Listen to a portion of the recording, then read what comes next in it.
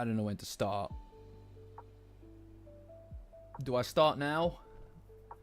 I always begin partway through a sentence because YouTube takes its time. So I can only presume, even with that little prelude there of me sitting saying absolutely nothing, I still feel like I'm probably going to start in the middle of a sentence. But hi, everybody.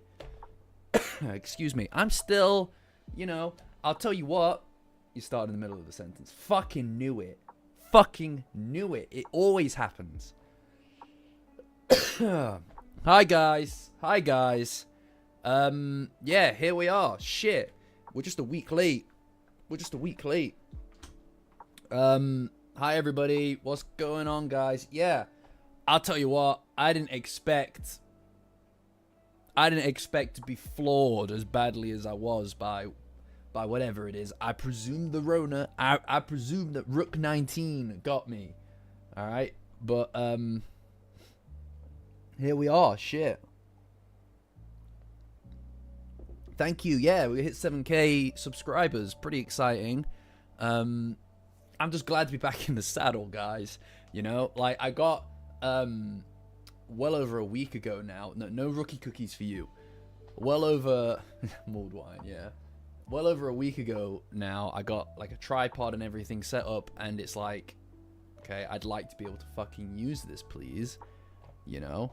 But my health had other plans. But here we are. And I'll tell you what a week. Oh, fucking 10 months. Holy shit. That's incredible, Blissy. A 10-monther. We got ourselves a 10-monther. Holy fuck.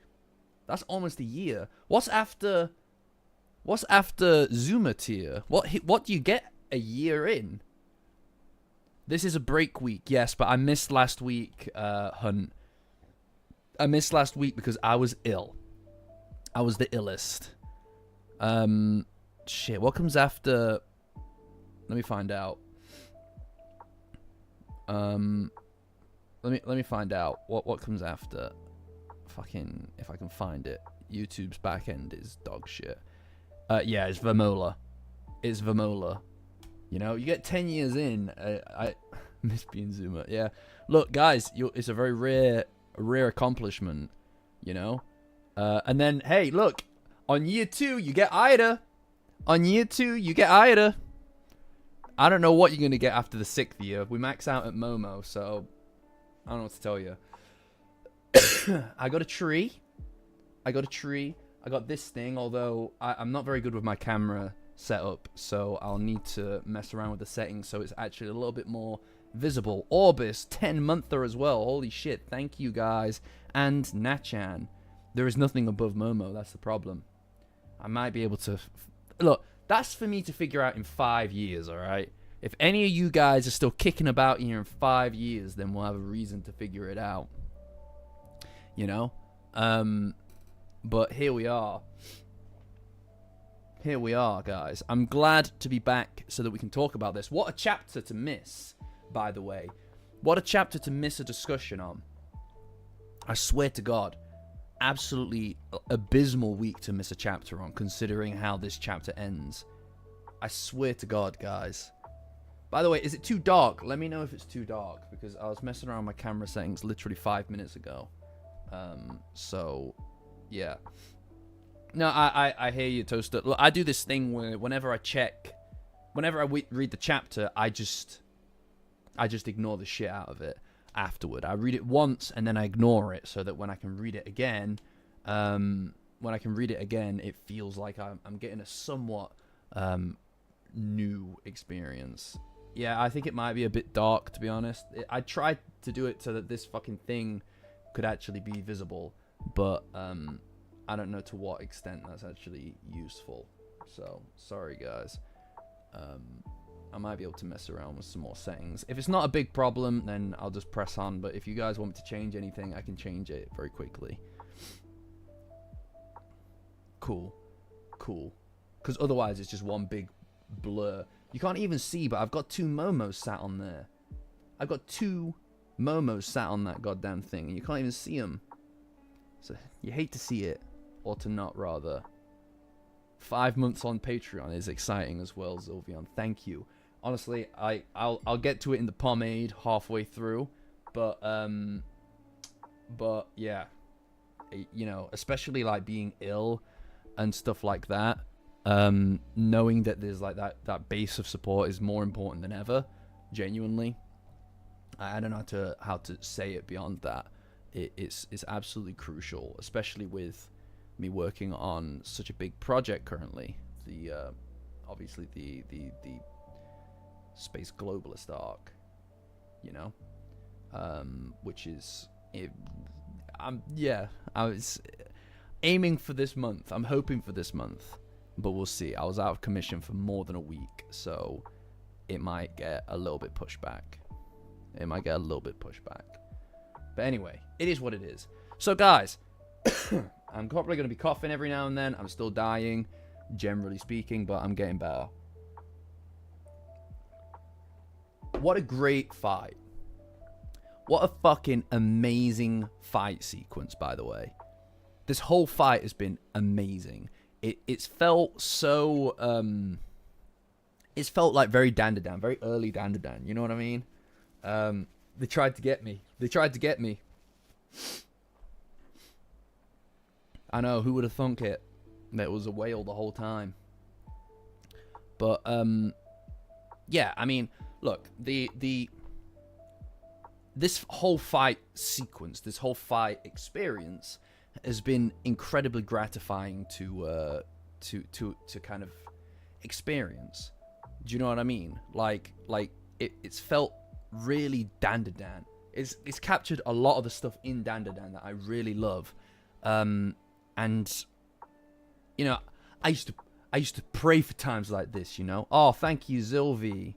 Thank you. I'm gonna try my best to take care of myself. Thank you. I would have probably just tried to push through if it wasn't for so many people in the Discord. Patreon link in the description. Join as a free member to get access to the Discord. It's the best place on the internet for Dandadan. If it wasn't for people in the Discord pushing me to take the time off, right?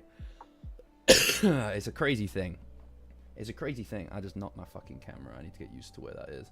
It's a crazy thing when you're kind of trying to create something and everything, it feels like everything is absolutely just against you, you know, at the worst possible time. I messed up this camera's fucking framing. Hold on. There we go. I'm still getting used to the fact that there is a tripod here. There we go. Cool. Yeah, no, I've really enjoyed this entire entire experience. Has been really, really excellent, I've found. And yeah, we've got Turbo Granny. We got Turbo Granny back. That's the thing. That's the thing here. I expected it to be in a little bit more of a explosive fashion, but there is something about her just coming back that feels really right and really homey in a way, right?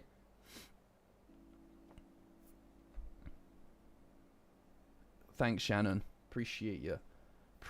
I'm glad to be here. Hi, Manny. What's good, dude? Yeah. But no, I felt that it was, yeah, like, honestly, I had this in my mind that she was going to come back in this really big, spectacular fashion. I feel like doing it this way is more in her character. It's understated, but in a kind of way where it's like, she doesn't have to admit that she came back for people, even though if that is how she says it, right?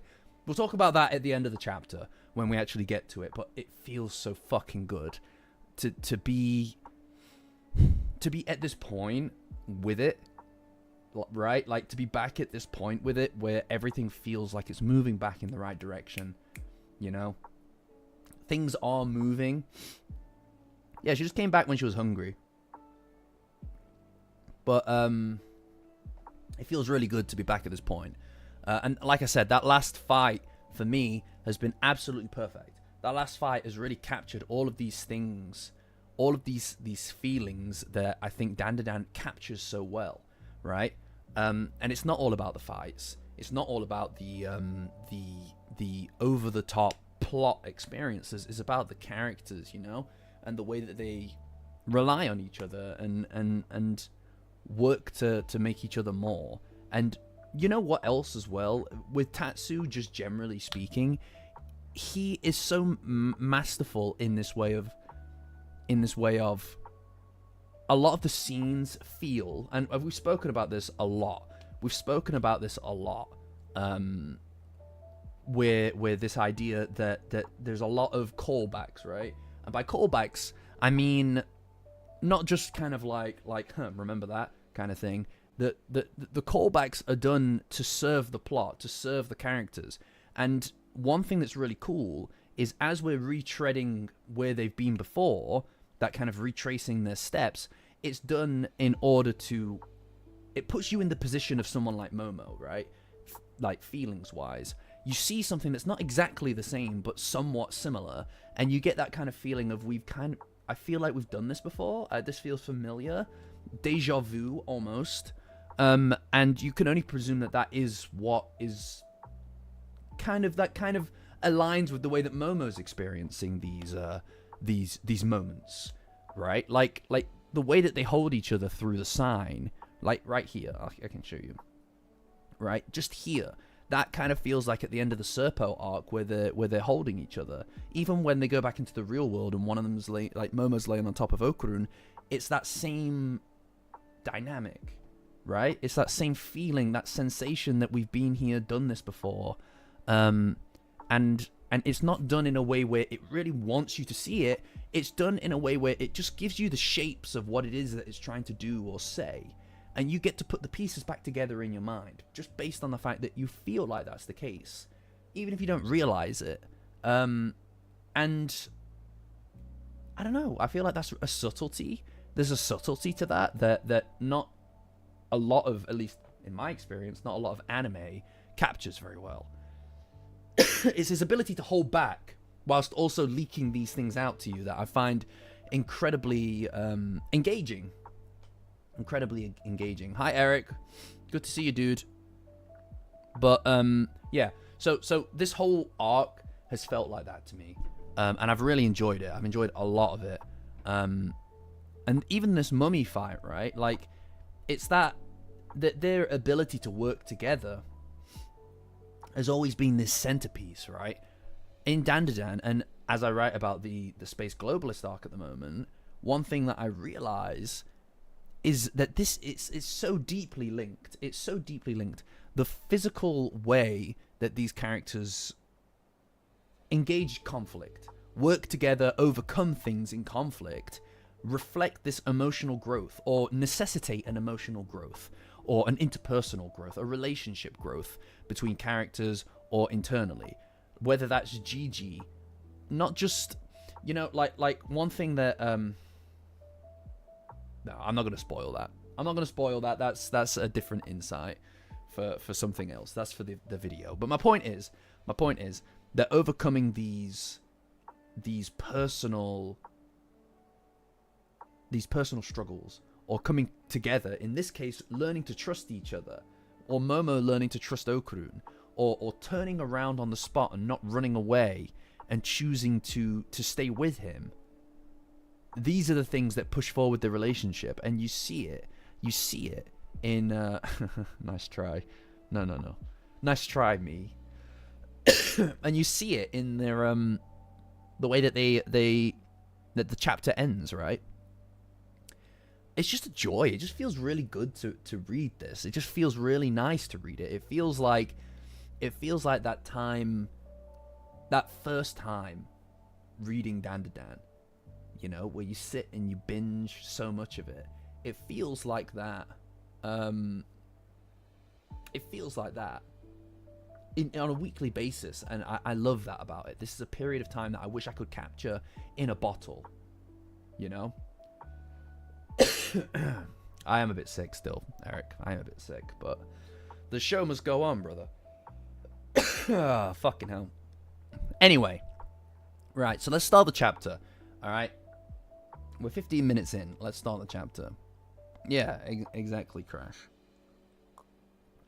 Vintage. I love that we're at the point where it's vintage. For me, I only read it a year ago, right?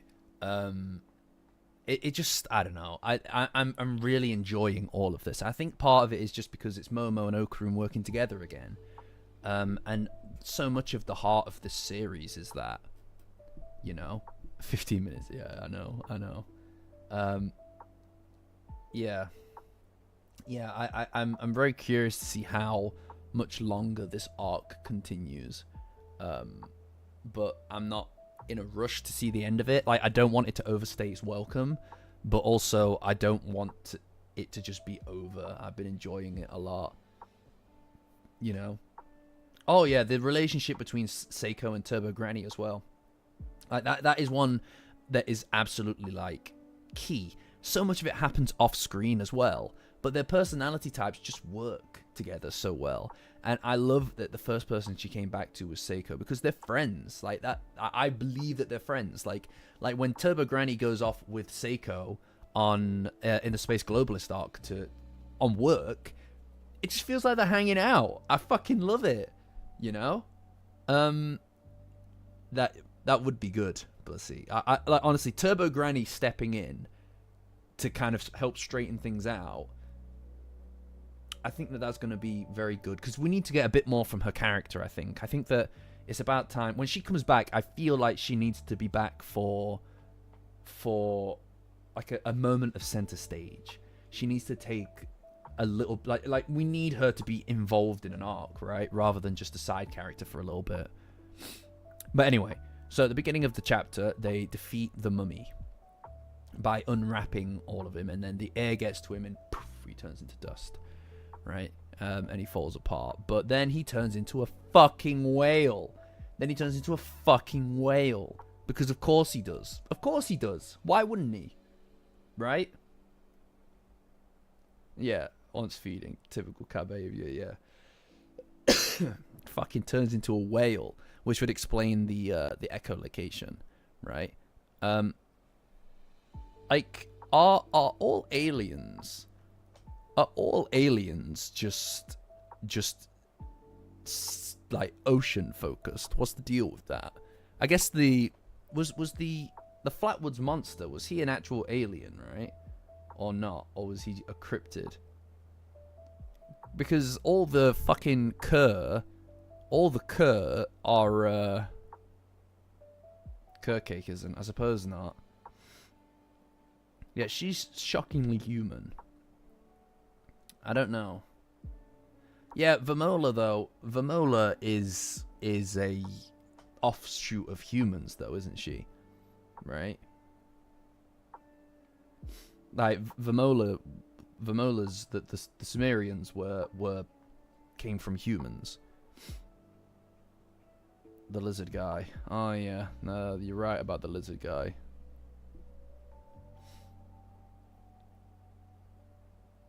I don't know.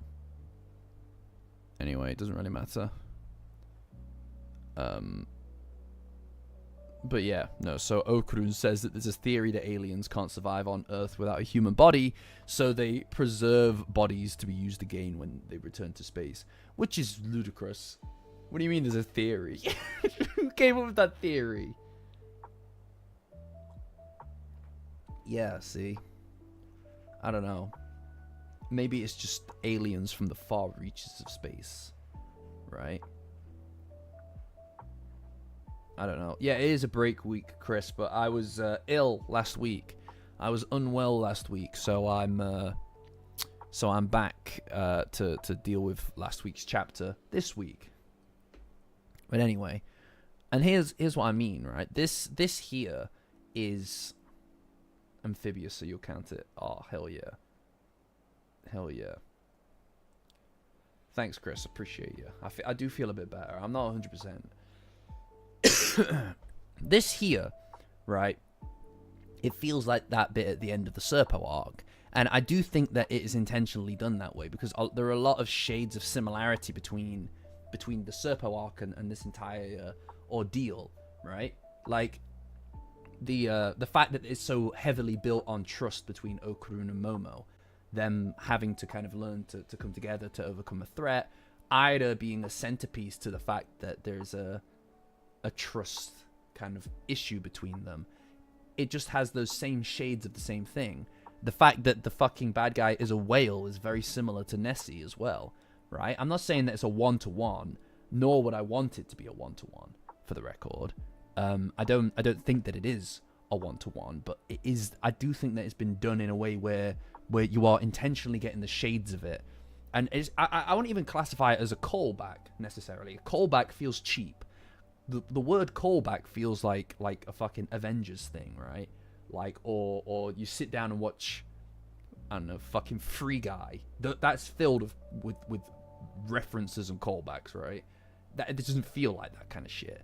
This feels like intentionally the writing is revisiting these moments in order to create those echoes of the previous situations to help inform us quickly about what's happening right now, right? It enhances what they're trying to do, what they're trying to say, and it helps us get in that same kind of mindset of deja vu about it, where you can't put your finger on it being identical. However, you can get the feeling that we've been here before, you know, which is again exactly where Momo presumably is, which is cool. I think that's a really cool, interesting way of creating the story and getting us like involved in what it is that we're looking at. Yeah, it goes deeper than just saying, "Oh, remember this thing happened before," because it's not. They're not going like, "Huh, this is just like that time." It doesn't need to tell you that. It doesn't need to tell you that. It just does it, and if you put the pieces together, great. It doesn't even want you to put the pieces together necessarily. It just wants you to feel like you've seen it somewhere, and to carry through the feelings from its original point to here, I think. And I think it enhances the story. It enhances this arc a lot. It is masterfully done as well, I feel. You know? One of the things that I always feel like concerned about, I always feel concerned that that people, because of how much I fucking glaze Dandadan, right? Hi, Goobs. Because of how much I glaze Dandadan, I get concerned at times that people that people do not look at me as an unbiased source.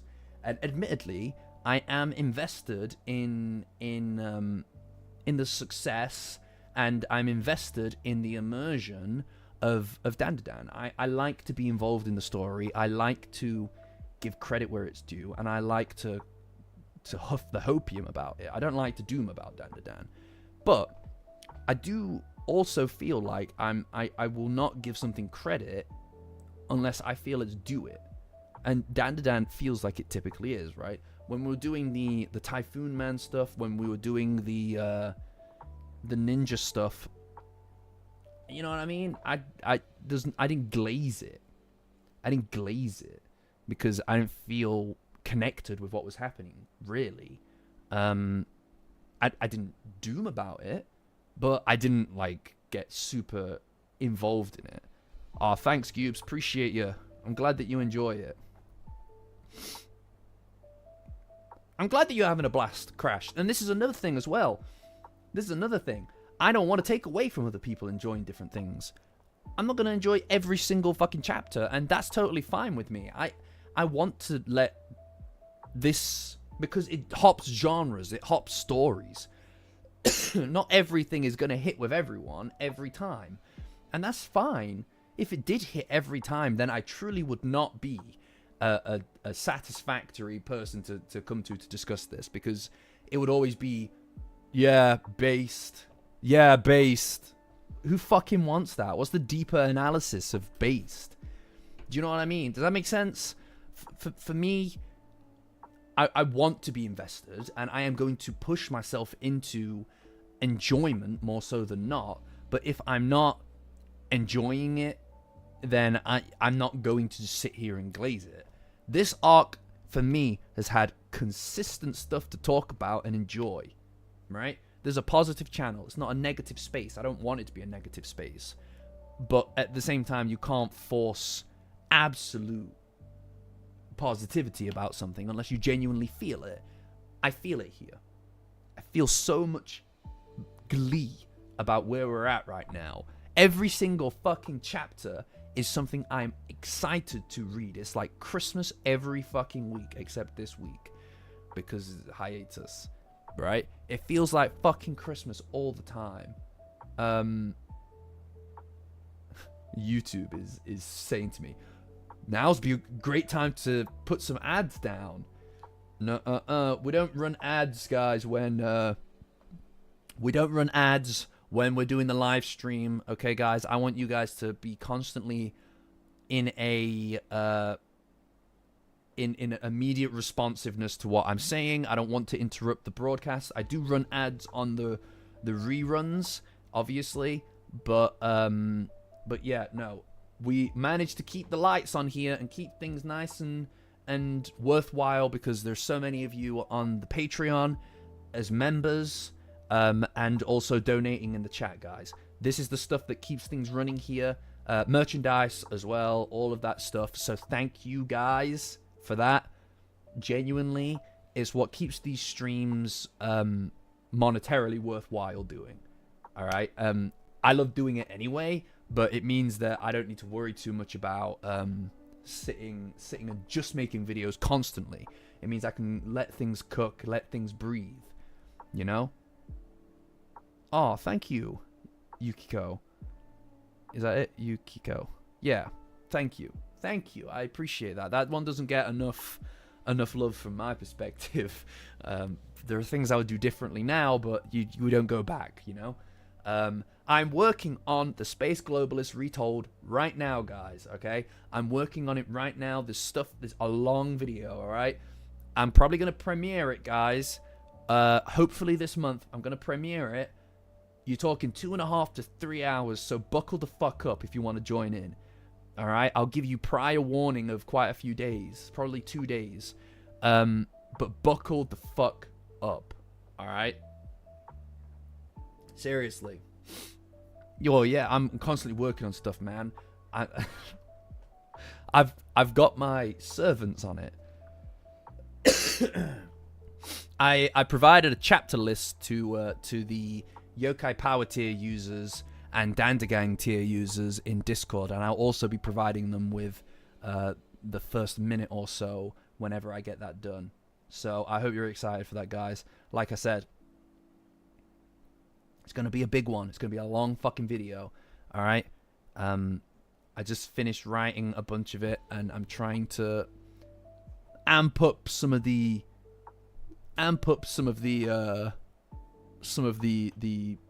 really emotional beats in there, you know. I'm quite excited to share it with you guys. Oh, Tuma, that's badass. That's badass. I've got some more stuff cooking at the moment. When it comes to merchandise, I'm hoping to get that sorted this week. But, yeah, there's a lot of things happening right now, guys. A lot of things happening. This is just one of me. So you understand my frustration when I get fucking sick for a week and a half. All right? Like, I still need to record the goddamn Space Globalist arc retold. I still need to record it, and my voice sounds like fucking dog shit. It's fucking abysmal, dude. Is abysmal. Yeah, we're like a page in. yeah. It might be just after Christmas, guys. Just after Christmas, all right? That's what I'm thinking. I'd love to get it done before Christmas, but it's probably going to be after Christmas. Yeah, I'm good. I'm good. Yeah. That's it. Well, it's worse. Muxi is worse because I am both self-employed because of this and also in almost full-time employment as well, right? Like, I'm working all the time. Like, I'm working on something all the time. It's absolutely absorbed my existence, but fuck it, we ball. We fucking ball here, guys. Half an hour. Yeah, it's fine. It's fine. We take our time with this. We're not going to be anywhere. You ain't going to be anywhere. Maybe you have. I don't know what you're doing here if you do. Well, who knows? Who knows, Orbis? Who knows? Anyway, the mummy turns into a whale, because of course it does. And they're just kind of there, looking up at this fucking thing. And they're wrapped in bandages so they can't move.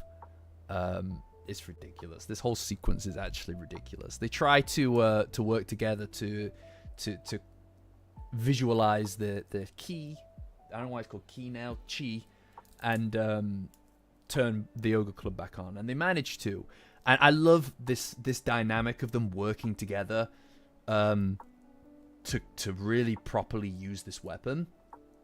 All of the raw energy and power is coming from Momo, whereas it's through Okrun that she can hone it. And I love that dynamic, that notion that it's kind of like a he's kind of her conduit into this world, right? Her window into this life. And it's great because it's through him, and I genuinely believe it's through him that she's going to be able to reactivate her powers, right? So thematically, it all works so nicely. Hi, Tiberius.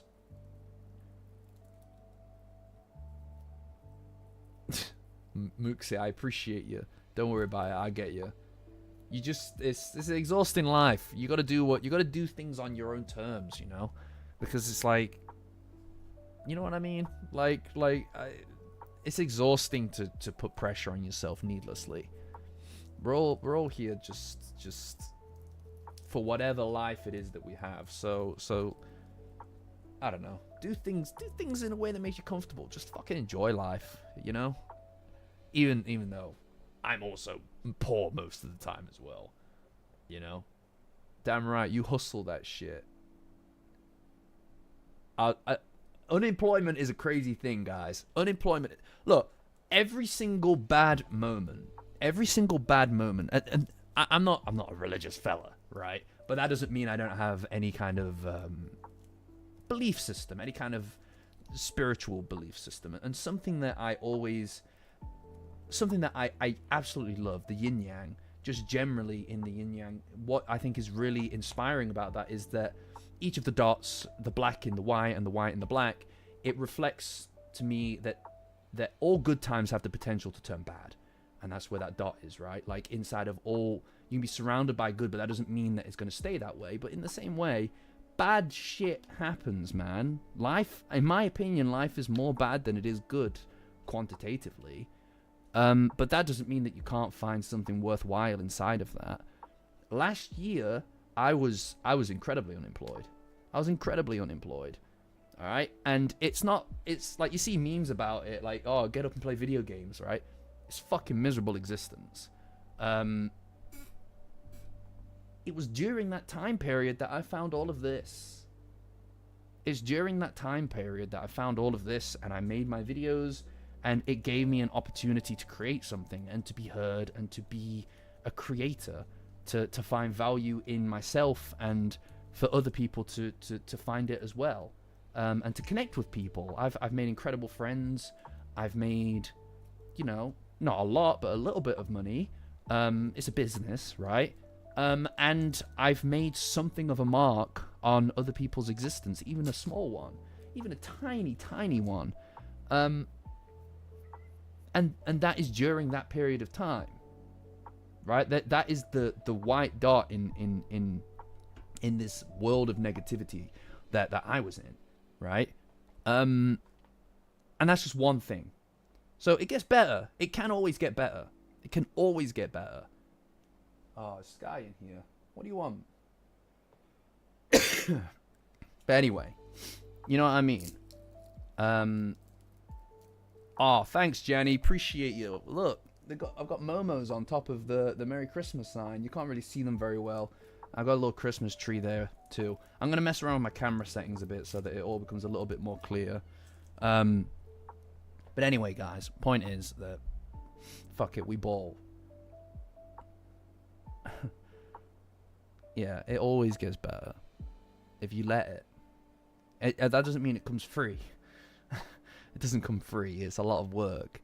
And and sometimes it's a change of perspective too. But that's life, man. It's fucking crazy. It's fucking crazy. That's very kind of you, Orbis. I mean, I don't know. I try to just kind of keep it on, like, on the what would you say? On the I try my best to stay humble. Superior entity as I am. I put my Christmas tree up today as well, Jenny. I put my Christmas tree up today as well, Jenny. It's in there.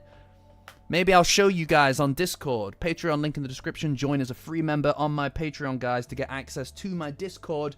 It's the best place on the internet for Dandadan, and the best place to stay up to date with everything Safety Zone Rookie. Guys, I'm excited to show off. I'm a very humble, superior being. That's quite right, Blissy. I'm very excited to show off the first part of the Space Globalist arc retold with people on Dandagang tier and Yokai Power tier. Very excited to show that off, guys. When it's ready, you know, it's gonna be crazy. This is gonna be a big one. All right, don't go into this premiere when it's eventually ready, guys. Don't go into this premiere unprepared. Make sure you've got your snacks ready, because it's gonna take a long time.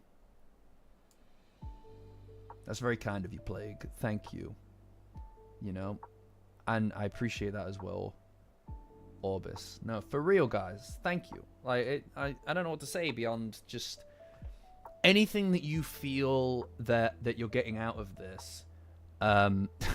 No, Toaster. You must cancel your plans. You must cancel Christmas. Christmas is not coming.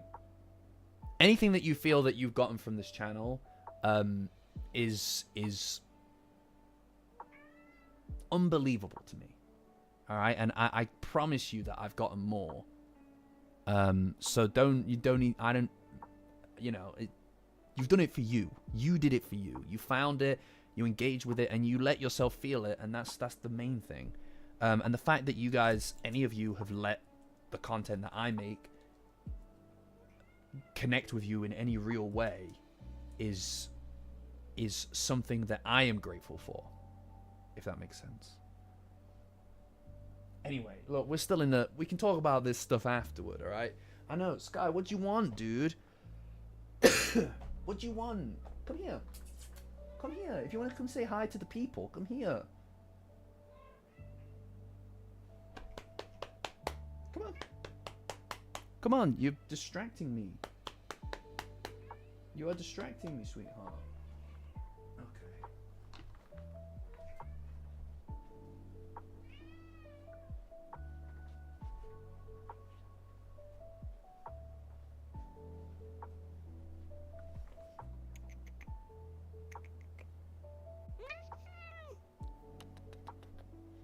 You saying hi? You saying hi? I'm trying to stream here. To speak. Okay. Come on then, get out of the room.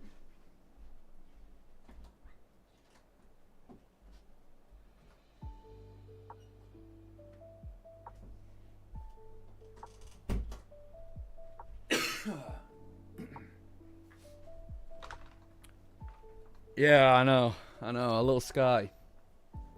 Anyway, speaking of Sky, the whale falls out of the sky and lands on a bunch of the buildings. Because, unfortunately, outside of his human body, Earth's gravity will have too much of an impact on him, which is why he needed to stay in the mummy form, the Mummy Returns, in order to stay together. And then he fucking explodes. Then he fucking explodes everywhere. And it's crazy. I know, I got you. I got you guys. He fucking blows up. It's fucking gross. It's incredibly gory.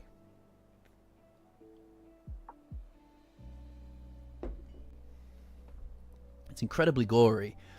I've seen people say that this is the goriest thing in Dandadan yet. I don't think it is. It's pretty gross.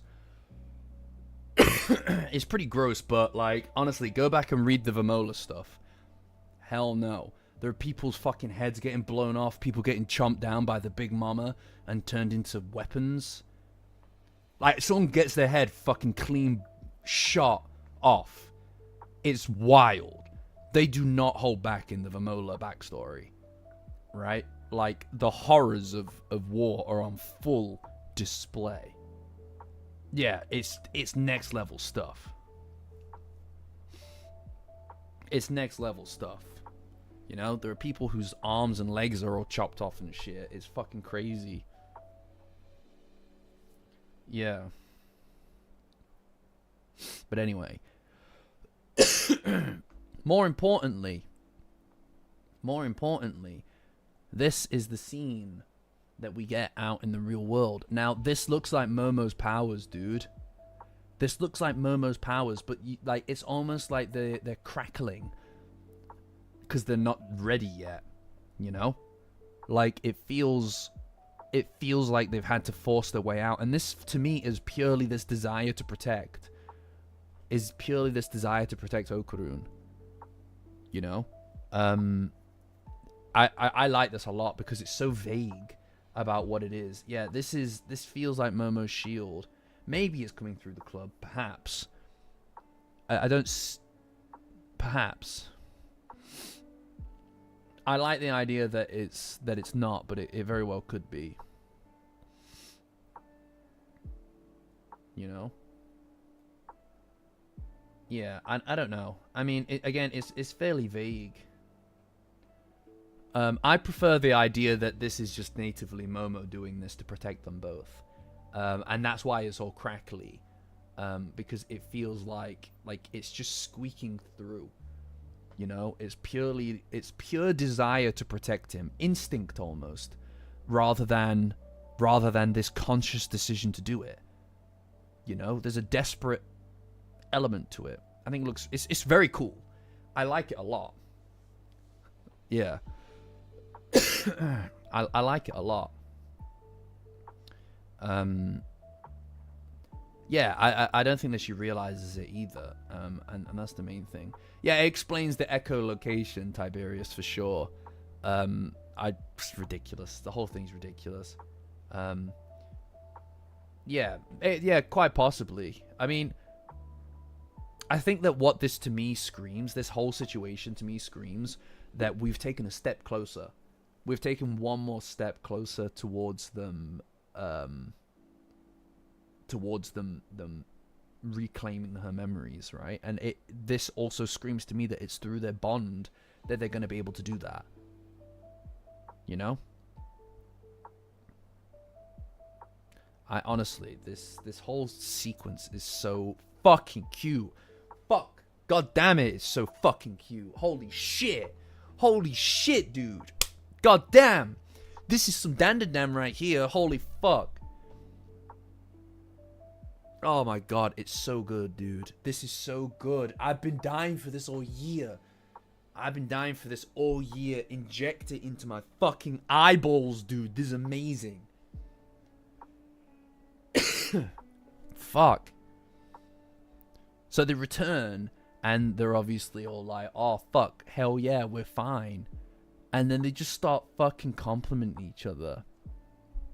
Oh my god, it's so good, dude. They're such a good team, though. Fuck. I can't. This is a crash out. It's a medium crash out. A medium level crash out. It kind of like, it feels like how they were after the Serpo arc, where they're just fucking like really happy to be alive. Okurun knows what to say, man. Yeah, I know, this is it. Okurun, he knows what to say, dude. He's so good. He's so honest as well. So Momo tells him that it was amazing and awesome that he beat it. But then Okurun Uno reverse cards her with saying that it was thanks to her, and that even without her memory, her quick thinking and her bravery are exactly the same as they were. And that means that she's the Momo that he remembers, and that makes him incredibly happy. And this is, oh fucking goddamn it. Like, these are her, man. These are the fucking... I can't even, dude. I can't. It's so good. It's... These are the traits she values. Do you know what I mean? These are the traits that Momo values, and tries to embody. The quick thinking, especially the bravery, the duty and the bravery, are all things that she enshrines in idealism. This is what her ideal Ken Takakura is what he's all about. But that doesn't mean that she waits around for someone like that. She stepped up. She stepped up and stood up for Okurun. That's how they first communicated. That's how they came into each other's lives, through bravery. A split-second decision to do the right thing. And these aren't the elements of herself that she projects to the world. These are the things that live beneath the surface, right? And he recognizes these things. He knows these things about her and values these things about her. And I think that it strikes a note with her. It strikes a chord with her. And he also cares about her deeply, right? Like, when he says that it's a relief that she's okay, it's so good, dude. Oh my god, this arc. Thank you. Thank you. Thank you, Tatsu. I knew it. I knew it, goddammit. Yeah, I know. This is it. This is it. I would be upset if I were one of those goddamn doomers. Doomer stocks are in the fucking toilet. We've been riding that hopium since the beginning of this arc, guys, and I knew it. I fucking knew it. God damn it. Here we are. Yeah, I know.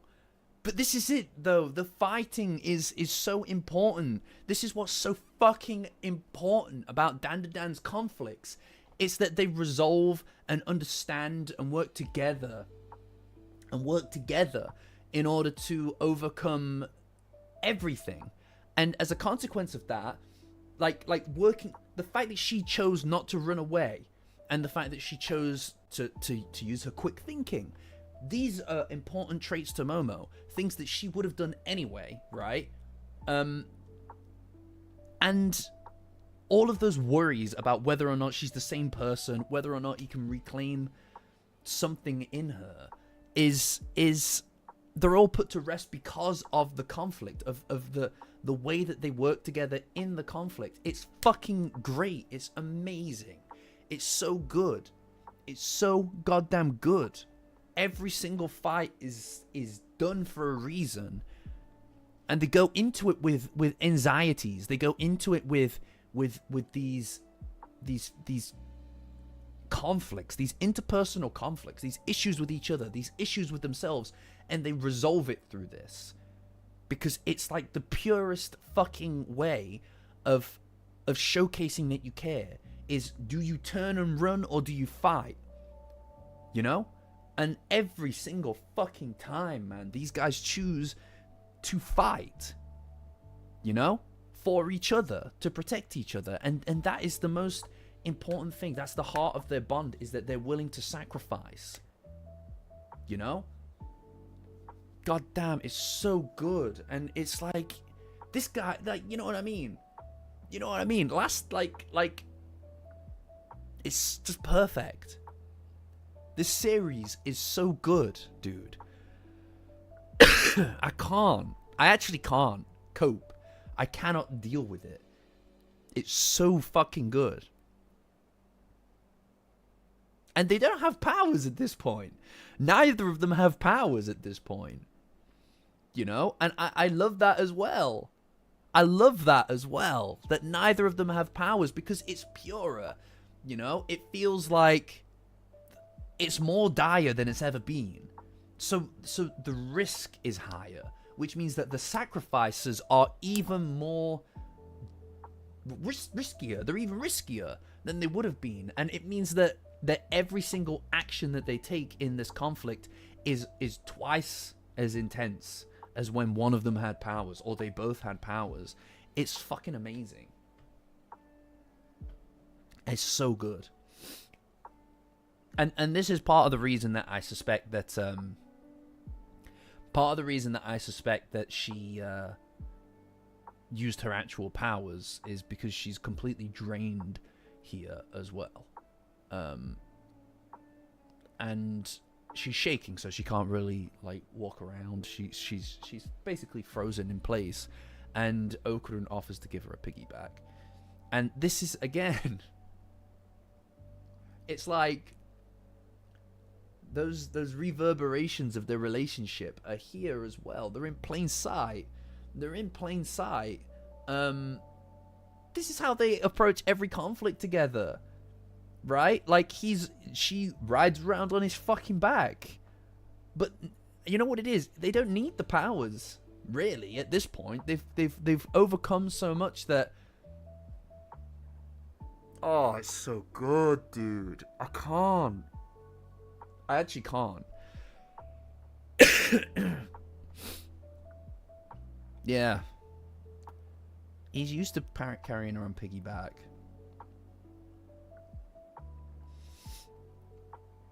Yeah. It's all the same reliance on each other.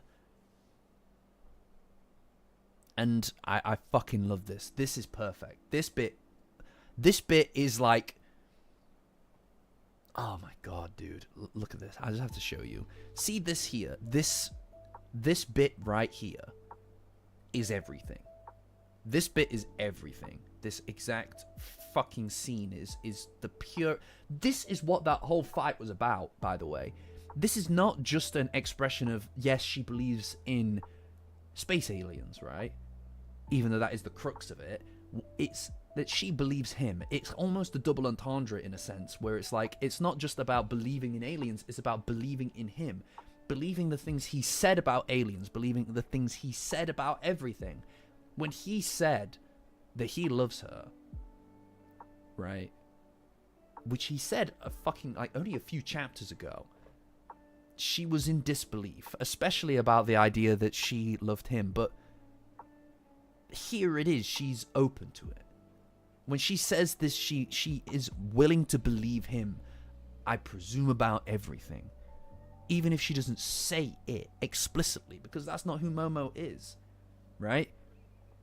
She was confused before about the idea that she could fall in love with him, someone like him.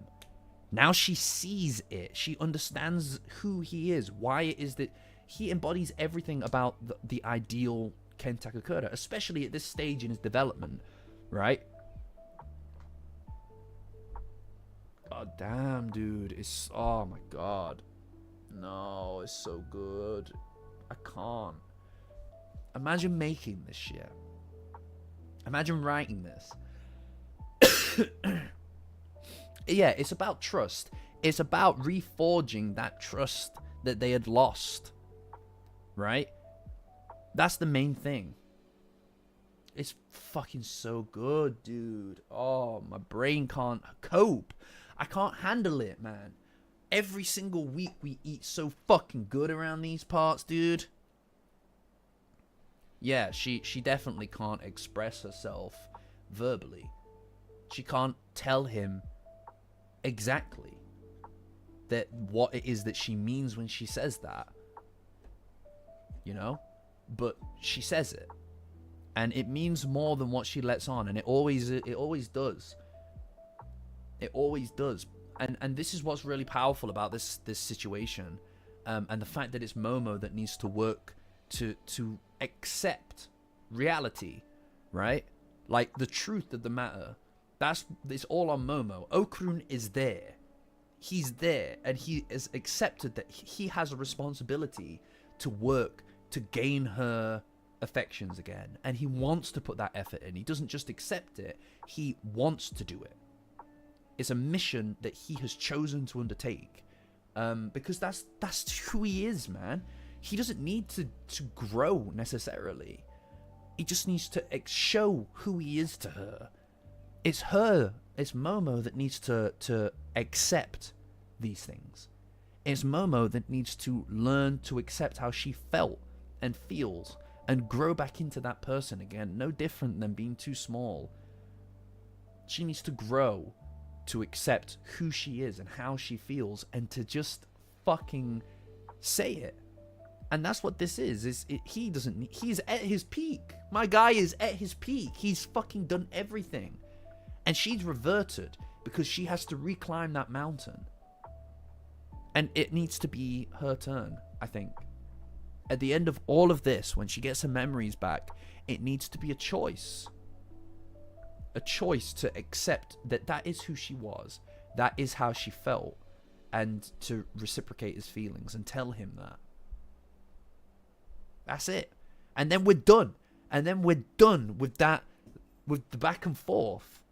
Then we're done with the back and forth.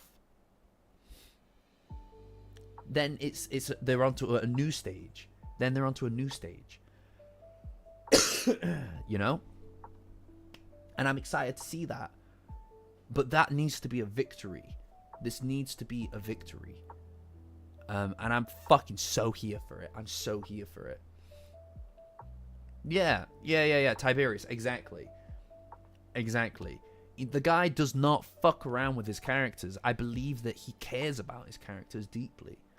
And I love that. Because they always feel properly respected. And their feelings always feel genuine and real. You know? Man, like, I can't believe we got this. I can't believe we got this, you know? It's going to be really funny charting the path that these streams have taken since Big Momo, right? Since Big Momo and her losing her memories, like, you can I basically fucking make a like a ritual there and then, begging Tatsu to give us exactly this, and he fucking did it.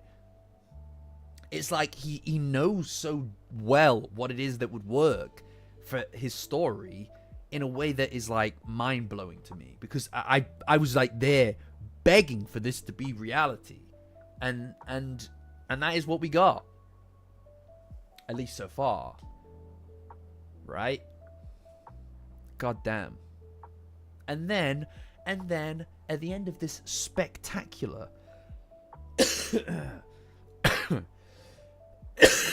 yeah, at the end of this spectacular chapter, we get it. We go back to the hospital where Seiko is, and she wakes up, puts on her glasses, and there she is, ladies and gentlemen. Ladies and gentlemen, she is back. My goat is back. Finally. Holy shit. This has been a long time coming. It's so fucking good, dude. Holy shit. And you know what is so fucking amazing about this is how understated it is. It's so understated. Like, she's just like, oh yeah. Like, Seiko's like, they're both so fucking understated. Just say it. Just say that you fucking love each other, idiots. Seiko's like, oh, how have you been eating? Like, have you been eating? And then she's all like, yeah, more or less.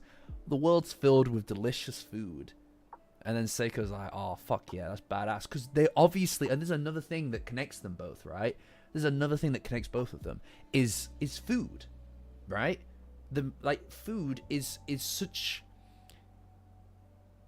how would you describe, like Turbo Granny, ever since coming back from a yokai form into a corporeal form, girl eats, girl enjoys her food, and Seiko fucking loves food as well, because that's the point of it, is experience. Eating, like, food is such an incredible, and it sounds ridiculous, right, but it is so at the core of Dandadan. Eating is such an important, perfect thing. Right? It's such an important fucking experience in life, because not only is it like sustenance and you know, life, essentially, you need it to eat, it's fuel, but we don't eat just to survive, do we? We don't eat just fucking nutrient paste, right? Like in the fucking, like, the Matrix or some shit. We don't do that. We eat for the experience. Even the stuff that's not good for us, we eat it because of the experience of eating.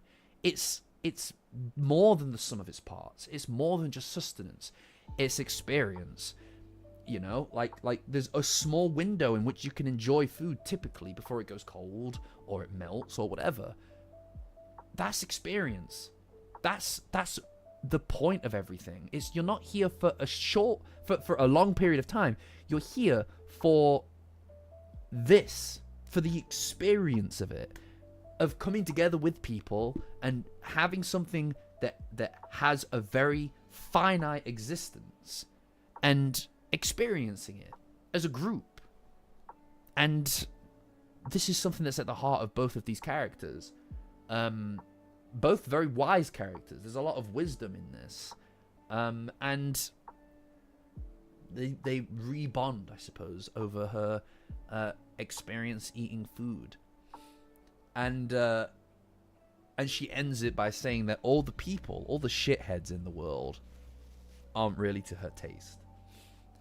Which is, again, a way of not saying what it is she's trying to say, which is she went to all of these places and saw all of these things and had all of this food and met all of these people, but none of that compares to what she had. And that is so... It's like not saying it. She's not saying it, but that's what she means. It's so powerful.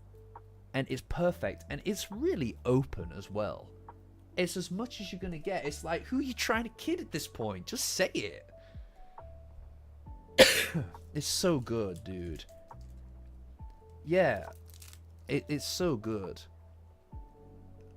Honestly. I fucking love this shit, dude. And that's it. That's the end of the chapter, and we have a, we have to wait now another week. In a way, it's quite fortunate that I missed last week when you think about it. You know? And I'm hoping that now that she's back... Now that she's back, I'm hoping that we're going to get some actual, like, stuff from her. I don't want her to just fade into the background. I want her to be very involved in the next arc. You know? And that's it. That's the end of the chapter, guys, for at least another week. We have another chapter next week. I do wonder whether or not Christmas is going to be off, right? Like, where are we at? It's, next week is the 15th, and then it's the 22nd. And then it's the 29th. I mean... yeah. Yeah, well, we're quite, like I said, we're quite lucky that we missed last week. Because I was ill. You know? I've also made massive waves with writing, right? Well, we an hour and 5 minutes in to get to the chapter. Yeah, we did get through the chapter quite quickly. I mean, for the most part, it's just been me glazing it, you know. Yeah, it feels like it would be weird. It feels like it'd be a bit weird to take a hiatus and then a week on and then a week off, but I don't know.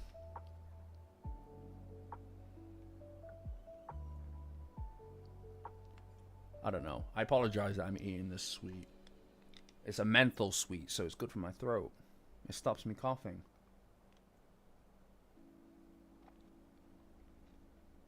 We don't talk about the big hiatus. We don't talk about the big hiatus. God damn, that was a crazy time, by the way. To be fair, that's when everything happened for us. You know, that's when when we started this whole fucking journey. You know, a lot of my stuff came out at the beginning of the beginning of last year. The dark times, yeah. But that's when I made the community. That's when I started doing the streams, and everything. you know? So it was actually a really good time. The big hiatus was actually quite a nice little space of, like, breathing room for us, you know? Because we went through the whole Kazuka Knives arc up until that point. And yeah, it was something. Yeah. No, but what you'll note actually is when you go back to the first stream, I don't advise it. It was dog shit. It's very jolly. It's very jolly. You're right, support. But if you go back to the first stream, which again is dog shit, so I don't advise it. We don't talk about theories at that time. If you go back to the first stream, the pace in which I'm going through the chapters at the beginning is quite quick. But then as each subsequent stream comes out, every chapter takes like an hour. Because I get more and more comfortable talking to everybody about it. So I take my time. It's just you don't know what to expect. Do you know what I mean? You don't know what to expect when you go into it.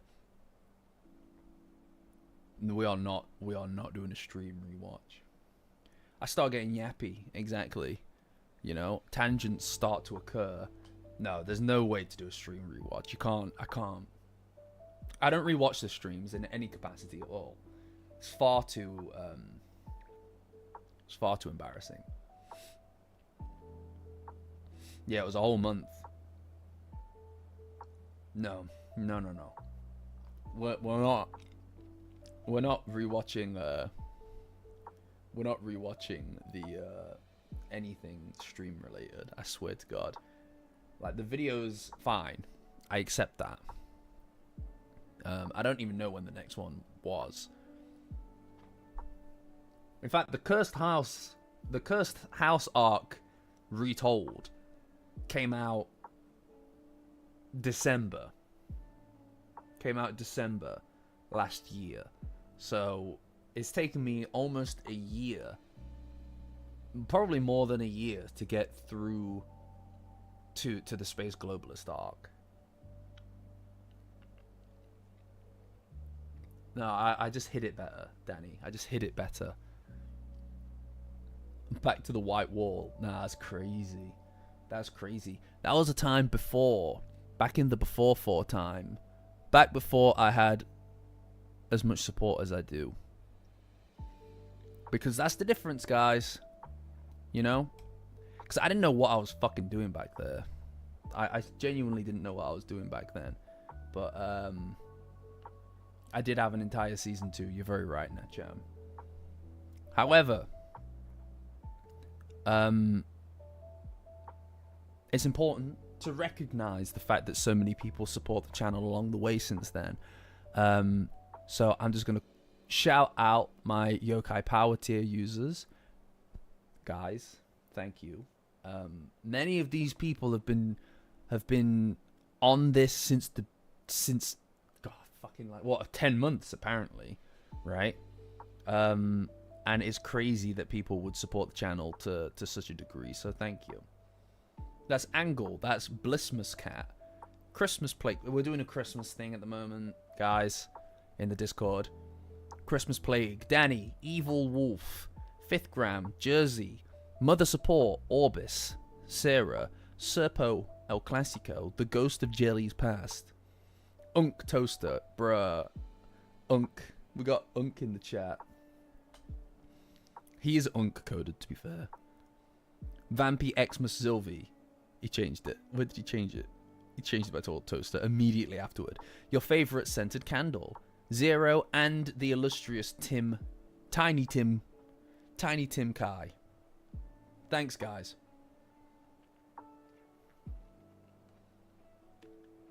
I know, Unk had to figure out how to change his name back. It's taking him all this time.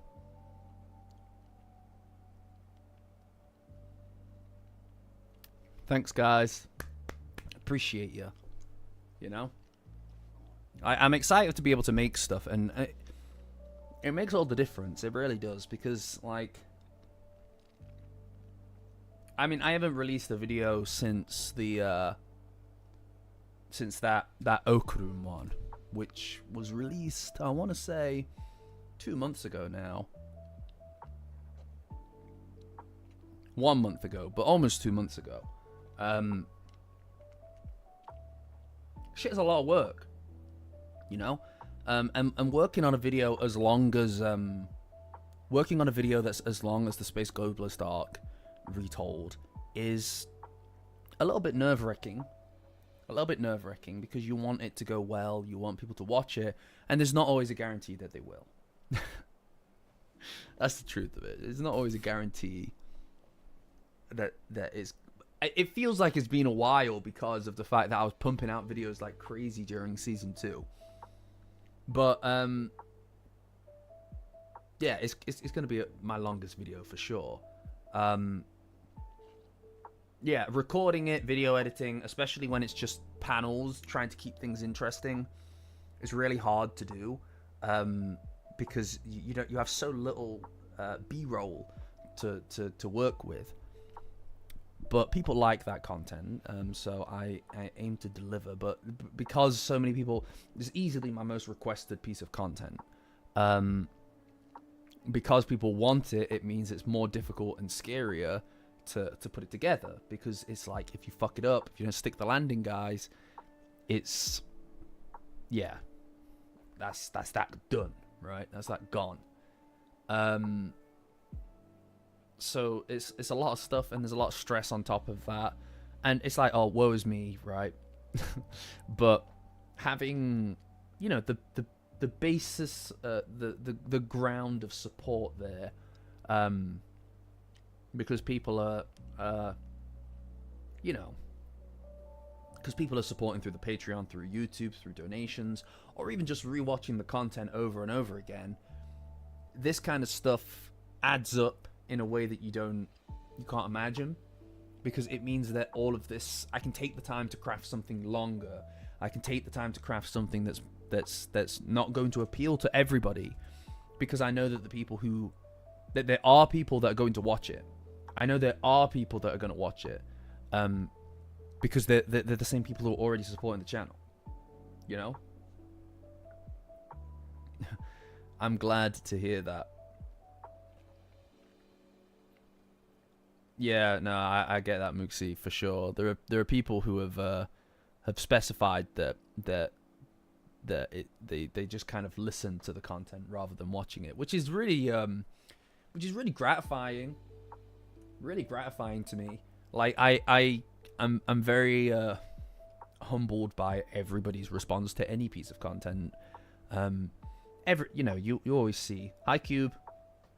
You always see you always get some negative shit. Right? Not everybody's nice. Most people are nice. 99.9% of people are super nice. ASM Michael, oh, I hate that. Yeah, I'm glad to hear that, Toaster. It's necessary. It's necessary reading. Let's do a little rant. It's crazy, bro. It's crazy. Talk about Invisible from the MGS5 OST. Yeah, the negativity can get to you sometimes, right? Especially when you're, you know what it is? Most people when they say something negative, it's very easy to, it's very easy to shrug it off. But you get that one in like 1,000. You get that 1 in 1,000 comment where somebody just serendipitously knows exactly what to say to strike and sting all of the worst pain points, and it's like, it's the weirdest sensation, because like, you know that you shouldn't argue back, and I'm very good at not arguing back, but you'll sometimes get someone who says the exact worst fucking thing that you could get. And it's well, I mean, it's if you're going to be completely you know, I'd love to say that it doesn't bother me, but it's hurtful. You know, you'll read something and somebody says something that is exactly the worst thing that you wanted to read, and it's hurtful. And you lose a lot of confidence doing that, right? And it's frustrating because you know that 99.9% of people are very positive or say just nice things, or you've got this base of support, but someone will sometimes say something and it's just like, I normally will just block these people from the channel. I don't engage with them because it makes it worse, but I think it was like a month ago. That I got like a comment like that. I'm not gonna talk about the content of it. It wasn't even like explicitly negative. It was just, you know what I mean? But, and again, like I said, it shakes your confidence. So having that ability to kind of rely on this clear communication with your audience through the Discord, Patreon, link in the description. Join as a free member to get access to the Discord. It's the best place on the internet for Dandadan. Having that ability to kind of connect immediately with your audience, or to have a backing of people, so that you know that this is not necessarily the norm. You're not making content for this person, for these people. You're making content for your audience, and your audience will tell you if you miss the mark. And if you're in tune with your audience, you shouldn't miss the mark. Typically, you won't miss the mark, because they want to support you. But goddamn, it does get to you sometimes, right?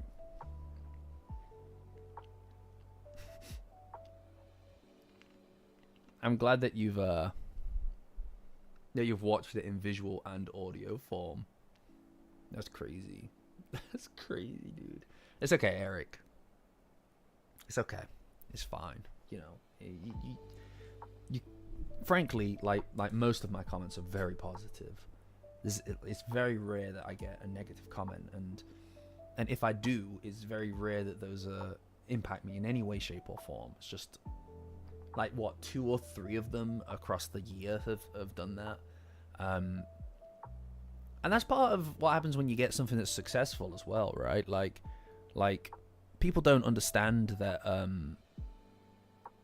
say people, some people don't understand the impact that they're having on other people when they say what they say, you know? Or if you ask something or say something, you don't realize, or I hope they don't realize, that they are adding a certain type of pressure, right? Like when someone is just repeating the same question you've heard 1,000 times, it's like, I've answered this elsewhere. Like the content needs to mean more than that, right? To someone, but yeah, I love constructive criticism. If somebody has something to say that is genuinely pointed, let's go. You know, I'm open to it. It's just not everybody. Most people don't have that in them. Most people want to say something's bad whilst also not making anything. And this is the thing, right?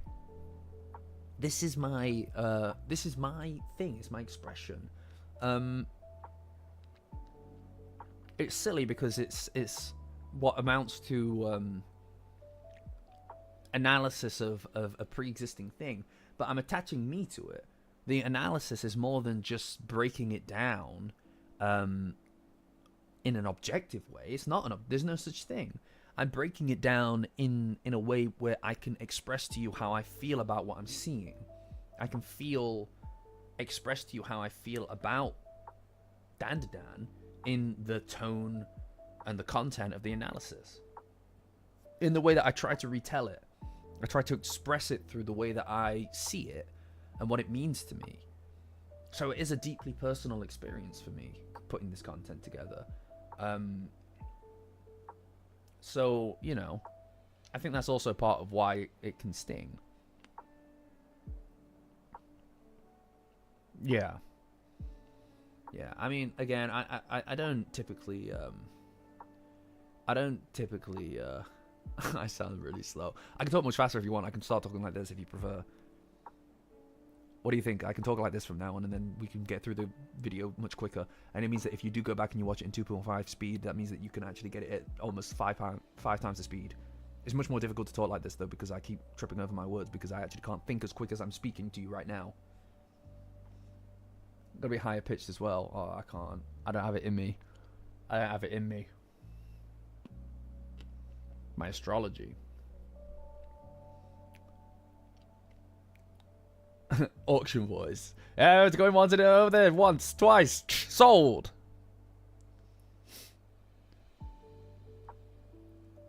You gotta go back and watch. No. Nightcore version. That's crazy. I'm an Aries, but in the Chinese zodiac, I'm Year of the Rat. Year of the Rat, bro. That's where it's at. I'll tell you what as well, actually. I'm working on, I'm waiting on a piece of merchandise, a sample of merchandise coming through now. Right, guys? I'm getting a sample of merchandise that's supposed to be coming through probably tomorrow. Very excited for this. No spoilers, everybody. Everybody who's aware of it, no spoilers. But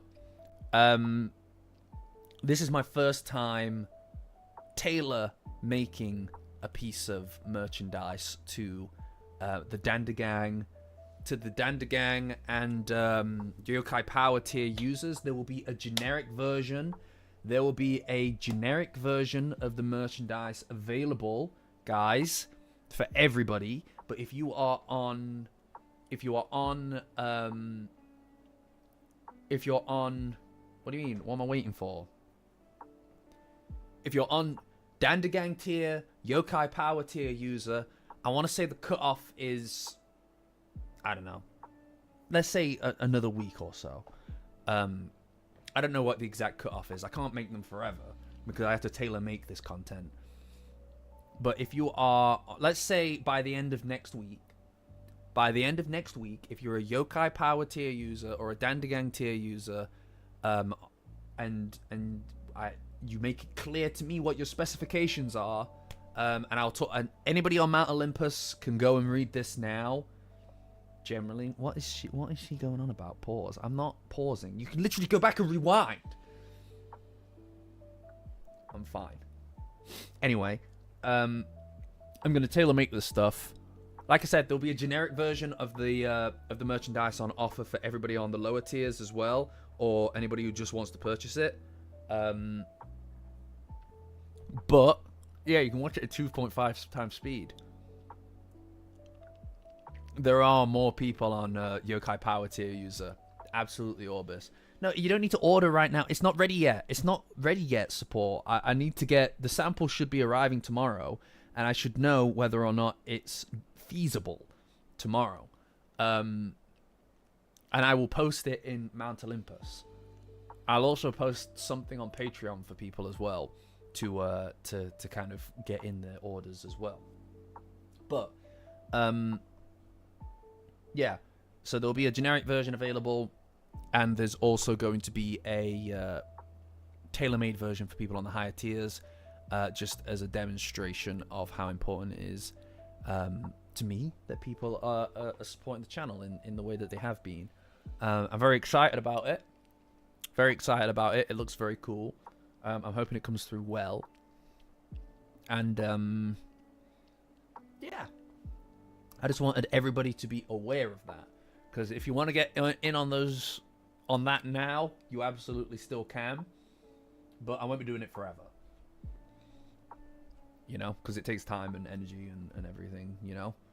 But like I said, you can learn about it on Mount Olympus, guys. You can learn about it on Mount Olympus.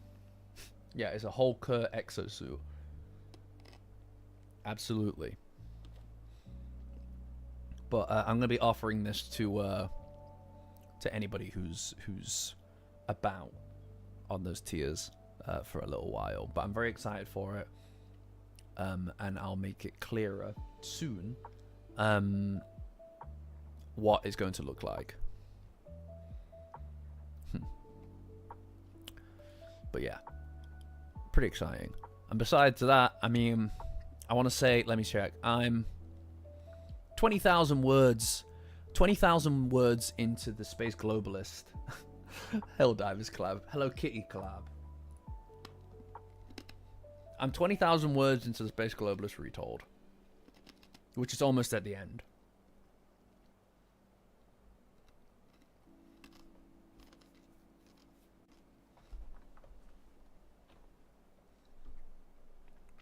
So I'm quite excited for that.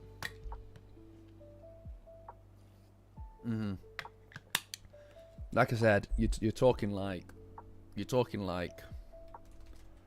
if you presume that it's going to be 25,000 words, which is pretty reasonable, at, let's say, a longer narration, you're talking like 3 hours. Things are going to get cut. Things are going to get cut as they always do. That is just the way that these things go. But, yeah, I know. Yeah, that is literally it. Detective Toaster over there. 3D glasses, no. I always have some, though. Always ready to go. You never know. You never know when you need them. You know? Always have them ready to go. Void stuff. Doctor Who reference. It's a Doctor Who reference for you. But yeah, I'm looking forward to getting it done and to sharing that with everybody. I wish that I didn't lose a week. I wish that I didn't lose that week. just because, like, it would have been nice to get it done a little bit sooner, and it would be nice to not have to be up against the wall with it. Oh, you like my Christmas tree? You like my Christmas tree? Pretty cool, huh? Pretty neat, huh? Also, my Momo decorated Merry Christmas thing. Pretty cool. No golden ball. I do have this one though, but that's it.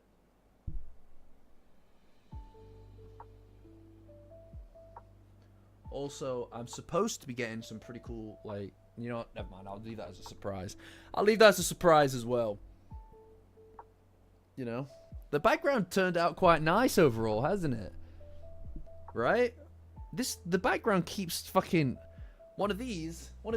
You mean one of these? These Safeties on Rookie branded mugs, you can get them on safetiesonrookie.com. You can get these on safetiesonrookie.com. Look at this. Designed by Kills in the community, by the community, for the community. You can also get hoodies. You can also get all kinds of stuff.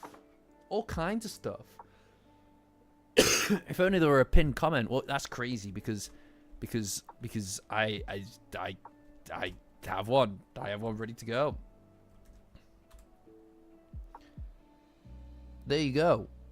You can find those on safetiesonrookie.com. Ridiculous, man. Yeah, it looks great. Yeah, no, I'm really happy with how it's all turned out, honestly.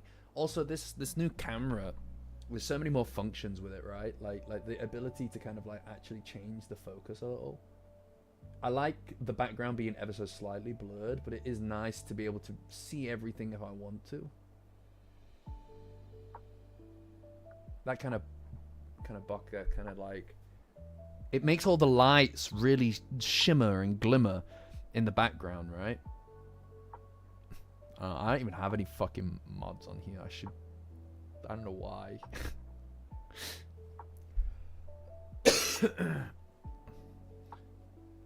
Yeah. It's very nice to be able to kind of like have a little bit more control over my background You know, this feels like the polls that you could run. Ridiculous. There's no currency here. Yeah. But having all of this actually here now feels like how my background's going to be for a while now, right? That's true. The mods are very useful on Twitch. Twitch.tv/SafetyZoneRookie, guys, if you want to see me play some video games every Friday. I've obviously not been well, so I've missed out on 2 weeks of that. But I'm going to be back at it this week. I'm going to continue playing The Outer Wilds. I've been enjoying the fuck out of that. Yeah, I'm a big fan of where the set's at as well. You know, you can see all of my stuff. You can see all of my stuff. You know, I value a lot of this so much. So many of these are actual gifts as well, so it's even more valuable. Behold my stuff. It's even more valuable to me to be able to kind of point to that and show that off, you know. It really matters a lot to me, you know. Everything makes me offended. No, I didn't say anything wrong. Cube, I'm fine. I'm fine. Still a bit under the weather, you know. I definitely think it was like coronavirus, or something like that. You know, Rook 19, as people are calling it. No, the Turbo Granny plushie. The Turbo Granny plushie looks so fucking evil. Looks so fucking evil right there, right? I mean, look at that.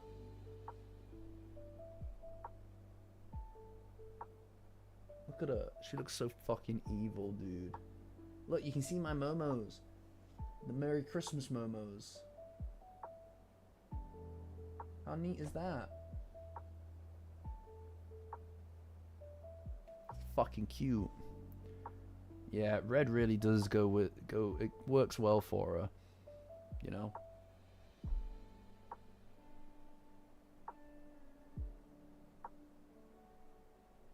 Yeah, I prefer to tighten the camera up a little bit though, you know. King hat. No.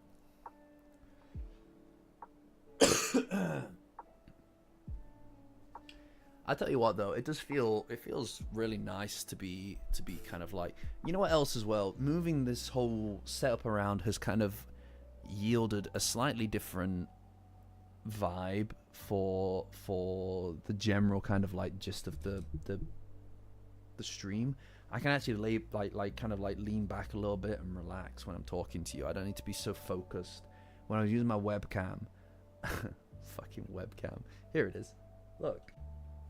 This is the one. This is the webcam that I was talking to you guys through for so goddamn long. This teeny tiny little thing. I have a DSLR now. This was you guys until you got your new house. Until you guys got your new house earlier. But that thing, I've got a very soft spot for it because it's been so useful for so long. But I had to be like really kind of like there was very limited ability to kind of like control it. I'm not gonna be. I use it for work, and I'm also eventually going to figure out some kind of sky cam using that. But changing around everything, it feels more laid back. It feels higher quality. It feels you know, nice. Yeah. Yeah, it feels good like this. I mean, I tried to kind of like duct tape a solution with the webcam to make myself more comfortable because I spend a lot of time here, you know. If you, this is because I have the tripod and everything now, so I don't need to worry so much about moving stuff around. I can just attach the camera and go. My computer is more mobile than it was before, so I can kind of access it much easier. Also, it means that if I'm ever doing anything that's not behind this fucking desk, I have the whole room behind me, behind the camera and over there, and it's just a matter of moving around the tripod. So we've got that kind of like extra. We've got that kind of extra capacity to do stuff if I wanted to do it, or I had a reason to do it, you know. Yeah, actually, I'll tell you what, Jersey. When I was playing like Stray, I played like the first 2 hours of it. She was sat and watching the yoga stream. No. She was watching me play it, and she was fucking invested. She was so invested. Yeah. I don't imagine that it'll be strapped to Sky. It'll just be into her bed. Quite right. But right now, like, you know, everything outside of what's in frame is a bit of a mess at the moment. I'm still organizing stuff. And because I've been ill as well, I've been absolutely all over the place, you know. You understand, no doubt. But yeah. It's pretty good. Hi, main.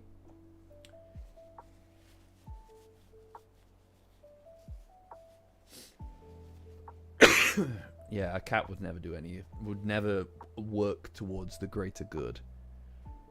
Yeah, blurred background is very important.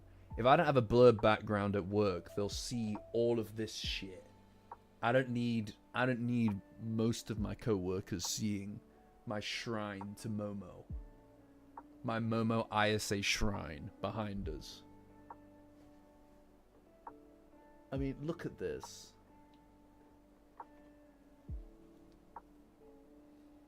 Look at these guys. You know? Look how cute these guys are. Never you mind. Never you mind who that girl is.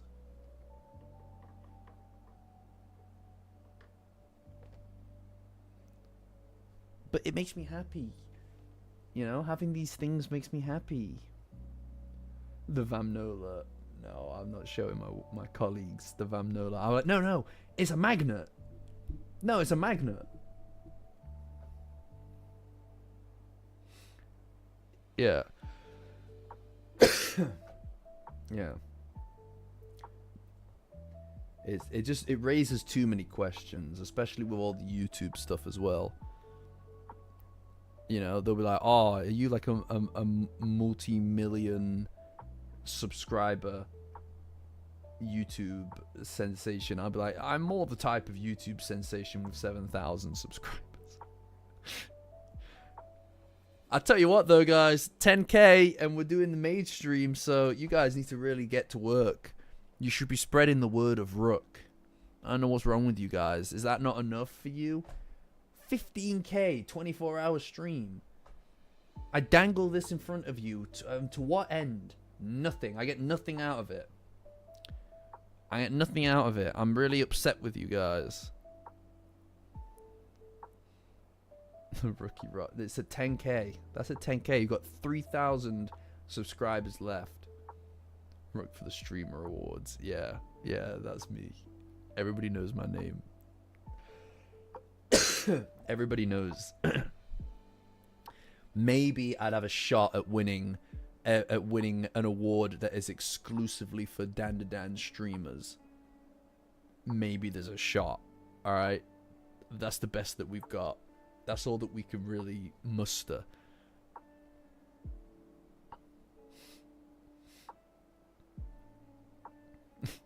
Yeah.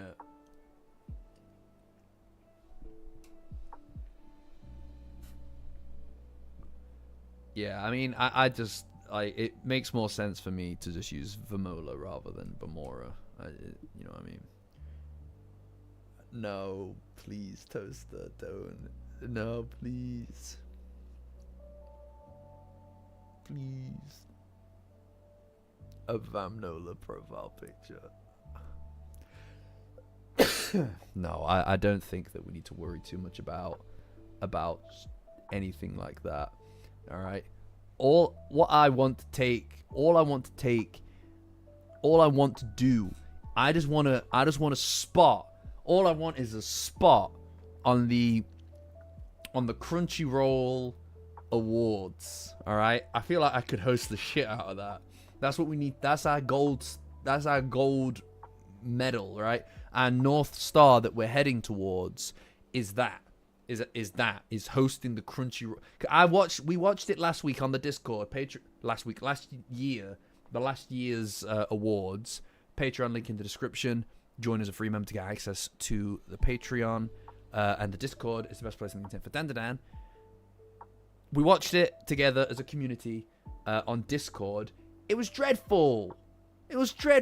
I feel like I could do it. Dude. I don't know any of the shit that they're talking about. I could read a script. I could do it. All right? Fucking put me in, couch. Put me in. Come on. I'll fucking nail it. I'll do an American accent. I don't care. Whatever.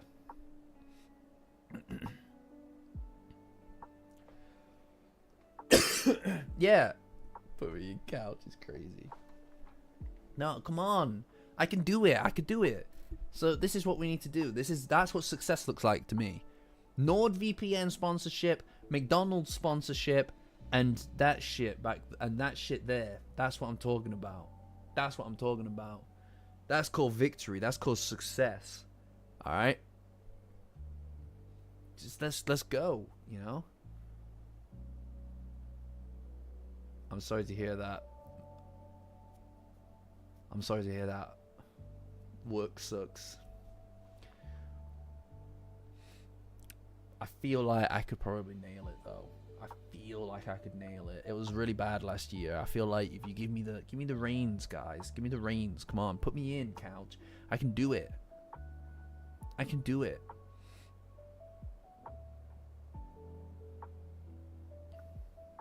Girl guides. What's girl guides?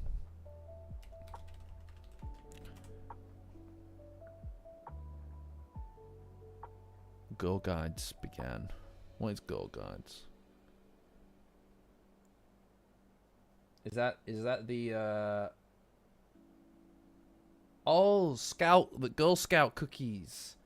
Hell yeah. Freeran's loving it. That was crazy stuff.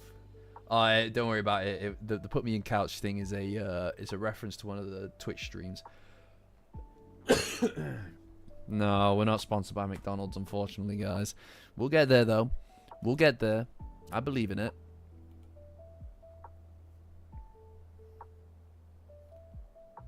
No, it's a whole different thing. Alright, catch you, Muxie. Thanks for joining. It was to shitpost. It was exclusively to shitpost. You know? Like, I know that Dandadan is on their radar because they did that whole what would they order thing around the Crunchyroll Awards. Guys, come on, we can do this shit. Please no swearing on my stream. What a fucking joke, by the way. So funny. That's so funny. But yeah. I mean, it is what it is, isn't it? But yeah, I mean, we have I do think in the next year, I'm probably also going to start branching out into other stuff as well, because obviously, like, you know, oh man, I could go for a fucking taco right now. God damn. It's not even necessarily that Dandadan stuff is like running out or anything. I can talk about Dandadan all the time. And I intend on keeping Dandadan stuff is as a constant in in the repertoire, right? But I want to make sure that there's enough stuff to last us through to season 3, you know, and even the retolds, really, they don't have forever on them, right? Like we're starting to catch up a bit, and there's other stuff as well to talk about just generally. I've always wanted to do a video on Freyrun. It doesn't grab me in the same way that Dandadan does. Dandadan grabs me at every single level of evaluation, but there are things I want to say about other things as well. Absolutely not. Rent a girlfriend. How dare you? Yeah, but I'm glad that you like the Christmas sign. Thank you. I mean, look, I don't know what. In fairness, I've never even read Rent a Girlfriend, so I don't know. It's not my kind of thing. Yeah, Sword Art Online. That's it. Freyrun is very unique. It's very popular, undeniably. But I mean, there's something to Freyrun that I think is difficult to put into words. It can be difficult to put into words, right? And there's a lot of feeling. Chainsaw Man is one of the ones I need to read and I need to watch as well. I intend on getting some motion on that over Christmas, actually. But I want to re-watch some Freyrun before season 2 comes out, because there is something about the first half of the series that I find difficult to articulate.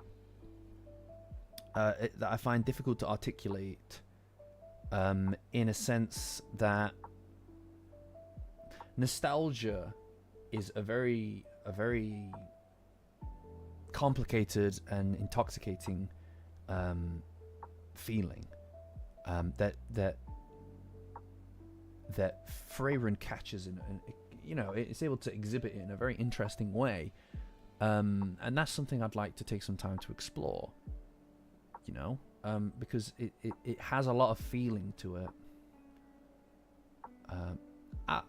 I'll give Chainsaw Man a go, for sure. You know, there's a lot of things, to be honest, even in the back catalogue of stuff that's worth saying. I mean, something that I've always wanted to write about and talk about is Evangelion. It's just is a hard topic. It's a hard topic to do justice to, because there's a lot of moving parts to it, a lot of layers to it. You know, like there is the theme. To me, Freyrun is a very interesting topic just generally, because I find the second half a little bit so-so, but the first half of the season I find to be really interesting, because of the feeling of it, you know. And I really enjoy that. I find more and more now as I grow older that things are stories, and the things that I engage with stories on and connect with stories on is all about feeling, really. It's not necessarily about plot. It's about characters. It's about how a setting makes you feel and things like that. Retold. I don't know that I do a retold for Freyrun, but I could definitely see myself doing some kind of analysis, some kind of storytelling analysis of it, just to kind of understand it a little bit better myself. Like, the fact that I'm able to touch on the things about it that I like, or the things about it that I find engaging or interesting, but not be able to tell you why I feel that way is a really good sign, because to me that is that perfect point where something requires deeper analysis in order for me to properly get it right. And that's how I felt about Dandadan when I was writing that first video, is that I felt a deep intoxication with the feeling between these two characters and what that dragged into my life, and I needed to dig deep, and the best way to do that for me was to talk about it, and so making a video that expressed those feelings so I could share them with you guys and everybody else who watched it was the crux of why I did it. And that is that perfect kind of spark for me, is not knowing enough, and wanting to find out more and turning that into a journey instead. Mob Psycho is something that I need to get back to. I watched like 2 episodes of it, but I got too caught up in making content. And this is the problem. My brain has so much space in it. It only has so much space in it. I can't sit and watch or read 3 different things at once, because my brain will forget things about Dandadan. You know? I'll forget things about Dandadan. I'll forget things about everything. I only have so much space up here to hyperfixate on stuff. So Dandadan and 1 other thing, or Dandadan and maybe 2 other things. No worries, Eld. Have a good one. We'll get to the. By the way, we'll get to the Metal Gear Solid stream. And yes, March comes in like a lion. I've got a million different things that all need to be done. I'm just like not focused or disciplined at all in my approach to this channel. I just kind of vibe out, you know? Everything about the channel is just a vibe. It's crazy that we're in September still. Yeah. You know? It's crazy. Yeah, I am very much a character type person, right? Like it's my whole thing. Yeah, I'll get to it, you know? Like, I'll get to it for sure. But, like, it's also important to continue growing the channel, treating it like, and acknowledging the fact that that is a part of doing this, is growing the channel, because that keeps it healthy. It keeps the audience healthy. As much as the absolute core audience are here for it, are going to be here for it, the majority of subscribers is a hemorrhaging thing, right? People don't stick around forever, and you can't rely on people to always stay the same, and that's fine. That's life. But that means that you need to bring more people into the fold, because some people are going to exit, and if you stagnate on this platform, it's a death sentence in the algorithm. So finding new stuff, forcing myself to grow and be interested in other things as well, is important too.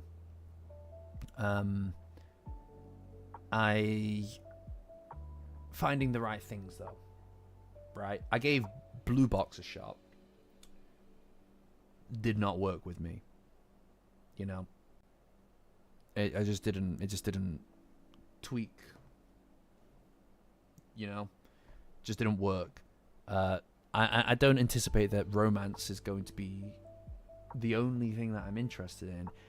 It's more about exploring things that I don't fully understand why, right? Like, they have an impact on me. It makes me feel something, and I don't know why that is. That's the experience to me that makes me want to learn, because enjoying that, expressing that, experiencing that is more than just a story. It's more than just somebody else's story. It becomes part of mine. I know. Look, I did it for Ferry, if I'm honest with you. I gave it a shot. I gave it a fair shot. I just, you know, on Neutron style. Yeah, that's it. Yeah, Jimmy Neutron, best anime I've ever watched. Yeah, traditional romance to me is like, because romance, I find that a lot of romance, that when it's about just the romance, they have to rely on love triangles. They have to rely on romantic rivals or all of these cliches. And for some people that works fine. It doesn't really work for me.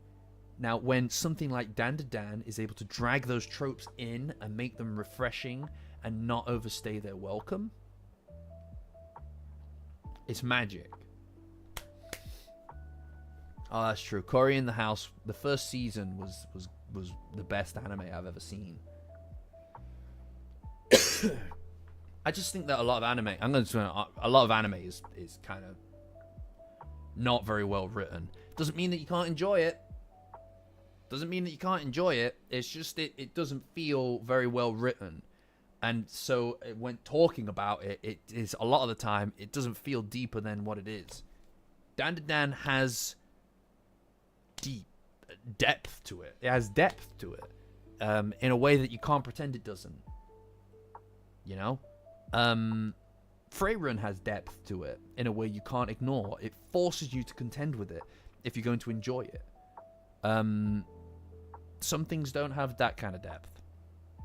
Doesn't mean that they have to be bad or unenjoyable. They just are a different thing. You know? I've never seen Nagatoro. I don't know. Maybe. Again, it's never really drawn to me. Romance is like...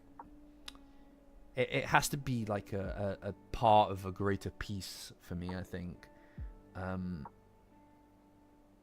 Yeah, no, and this is another thing. The slice of life stuff for me has never really appealed either. But I also find myself needing it in Dandadan because it doesn't just grant it to you constantly. It's just... It's characters. It's all about characters. I don't fuck with fan service. I don't really fuck with fan service stuff. I don't even know what that means as a term, right? Like I don't even really like fan service is like just as a concept is exhausting. Like you could say that some of the stuff that we've been getting in Dandadan currently is fan service in the sense that it is literally giving the fans what they want, but it dares to take risks and in that it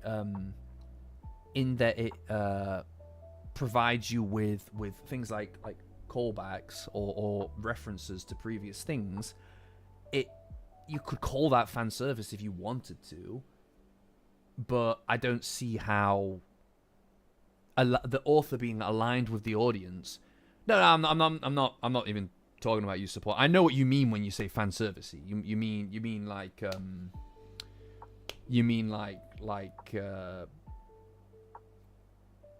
exhibitionist, you know. In Dandadan it doesn't feel like the same kind of thing. That stuff exhausts me. That exhausts me, you know. Yeah, it's like, you know what I mean. Yeah, I need the clubhouse so much in Dandadan. Yeah. That's my point. Deny me it, please. You know? Deny me it. I beg you to deny me it. I want to have that in me, to fucking desire to have that thing, to have the fucking clubhouse, to have the moments between them.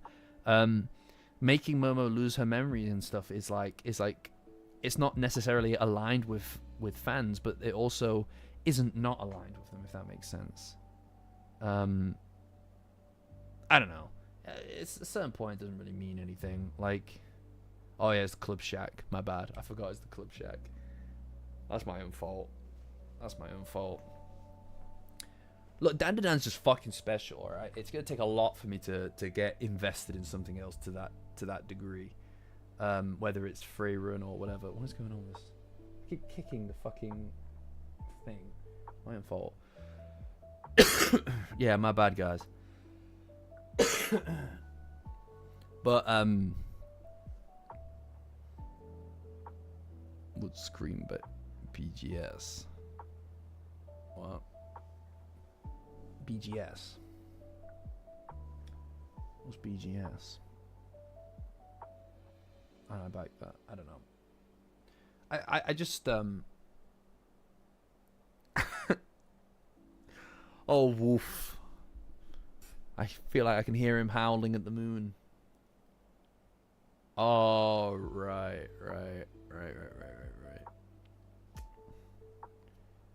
You know, it's Bunny Girl Senpai. That's crazy. I'm not becoming a Bunny Girl Senpai channel. I'm sorry. I'm not. I can't. I simply can't. It's not happening. I absolutely refuse. Bunny Girl Senpai retold. No. Absolutely not. No, I'm absolutely not.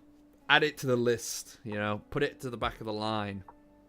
Okay? I've got other fucking shit on my list right now.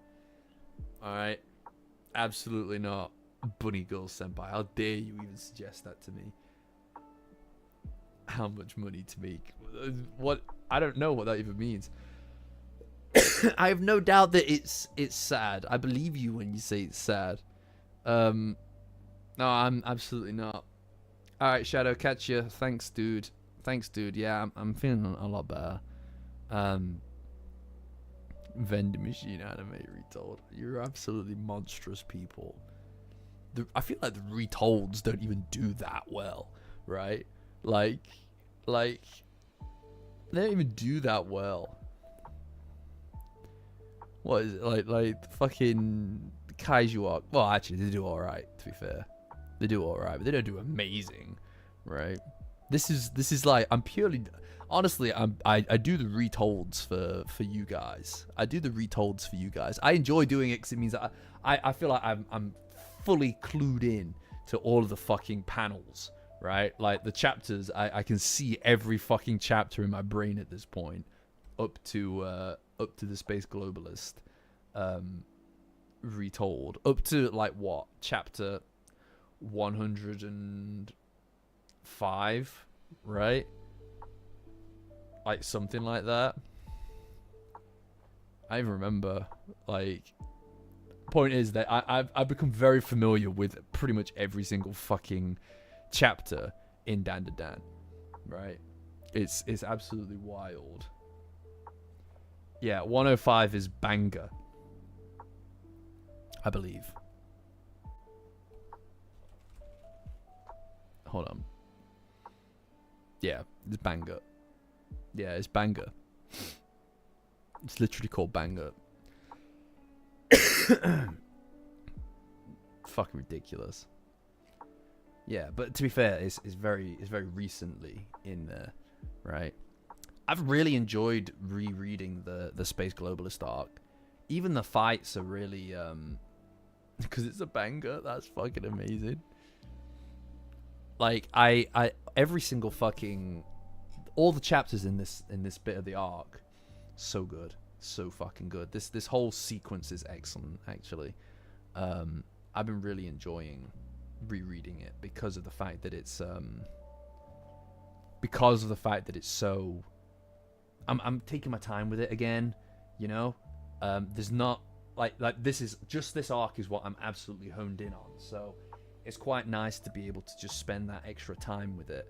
And I'm connecting with it in a way that I didn't expect that I would be on a reread. You know, it is really just an excellent sequence. Even the Kinta stuff, to be fair, even the stuff with Kinta.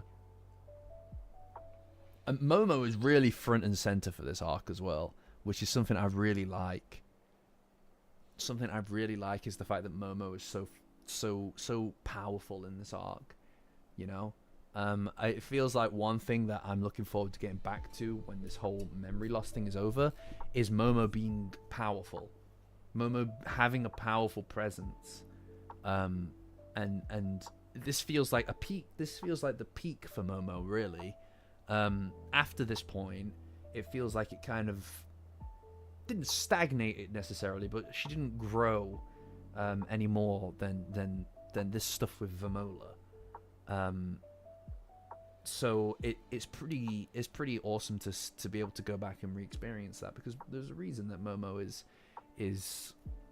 as interesting as she is, and the way that she responds to Vamola showing up, the way that she treats Vamola when she thinks she's a traitor, and the guilt that she carries when and the confusion as well at being incorrect is a really interesting thing. They don't pull punches. No, Orbis, they do not. Tatsu does not pull his punches with the Vamola backstory, and I think that's necessary. That's absolutely necessary, because of the fact that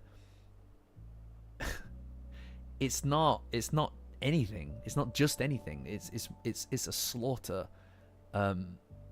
It's a horror. The whole thing is a horror. Her whole backstory is horrific. But he instills so much meaning in it. You know?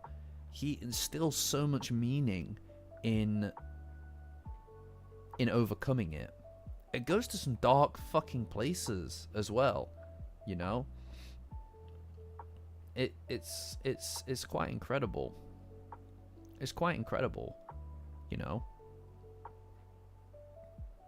I have a lot to say about it. It's just saying it in the right way, and there's obviously a lot of parallels. You know, there's a lot of parallels, but you know what it is? It's something that I find really engaging. Something I find very engaging about the Space Globalist arc is so much of Dandadan. So much of Dandadan is focused on love. And the power that love can provide people to do what they need to do, and a lot of this is enshrined in Momo and Okurun, but also in the evil eye, right? It's his hatred, the evil eye's hatred, that is seen as this this force for manipulating him and debasing him and turning him into something twisted and rotten. But you know, there is also a power to hate and love aren't necessarily completely opposite, right? They're both born of passion. They're both artifacts of passion, of caring about something. If you love something, you'll hate anything that tries to take that away, or harm that, or damage that in any way, shape, or form. And it taps into this, right? Like, no, the anti-imperialism themes are absolutely fucking crucial to this reading of Mola's backstory. It's not just about like there is no passivity. You can't be a passive participant in what is ostensibly a genocide, right? You can't be. There is nothing to be passive about. They are there for one reason, and it's beyond conquest. It's eradication. It's extermination. And why the fuck would you feel anything but hate for the people who have come and killed your families, the people who have come and ravaged your land and taken it, and taken your resources, the things that belong to you? Why would you not? Why would you not? And there's this point in the arc where Banga stands in the kaiju suit, this reflection, this representation of their culture, everything that they've lost. And it's not a figure. This is not a figure to rally behind in the sense of love. It's a fucking figure of vengeance, of fury, of rage, and of hate. It's the hate of the Sumerian people. And this is what gets people to rally behind them. It's insurrection. It's rebellion. It's refusing to bow down, you know? And if you're forced to kneel, when you have to pick up a rock, you know, when you're down there, it's an incredibly powerful thing. This is something that and I've gushed about it a lot at this point, right? But if you the best thing that's come out of fucking Star Wars in a long time is Andor, and it talks about a lot of this same stuff. And some of the monologues in there are so powerful. Are so powerful because they carry this there's this idea almost that you've got to rise above it, or don't stoop to their level. That's meaningless. That's meaningless. That is a meaningless reading of resistance. You know, you don't set the standard of violence. One way out, yeah, fuck yeah, man. You don't set the standard of violence. The Sumerians did not set the standard of violence here. They just existed. It's the imperialist, the colonialist force. They're the ones that set the fucking bar for violence. You know? And you can't overthrow them without it. And so when you see the Sumerians rally behind Banga and the Kaijutsu, and they are just fucking with their hands are all still bound, man.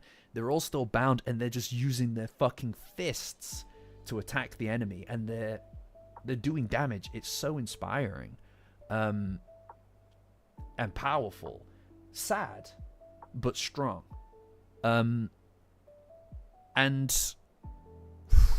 it's just a very powerful,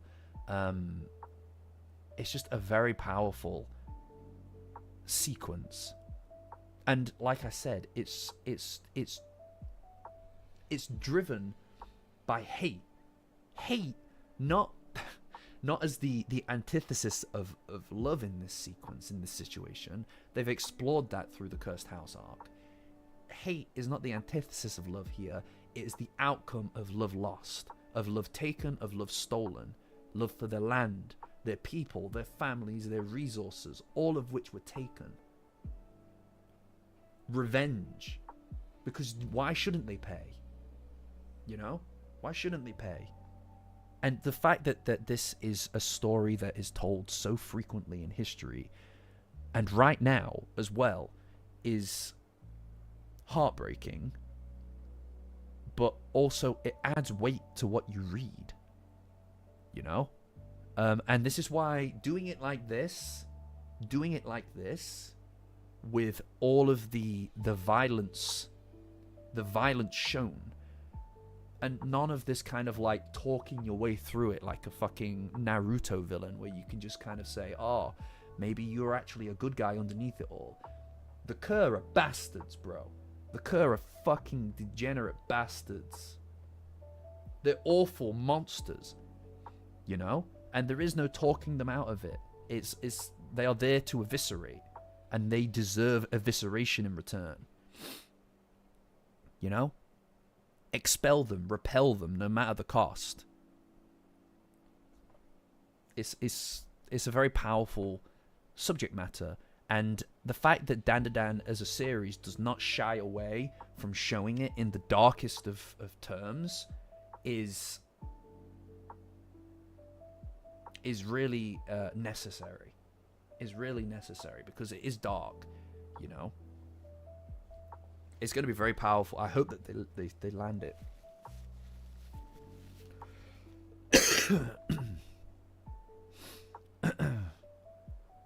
It's yeah. I need to watch Full Metal Alchemist Brotherhood.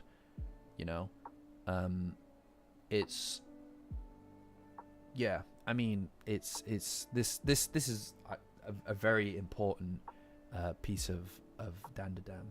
Yeah, there's going to be a lot of tonal shifts generally in it, but you know,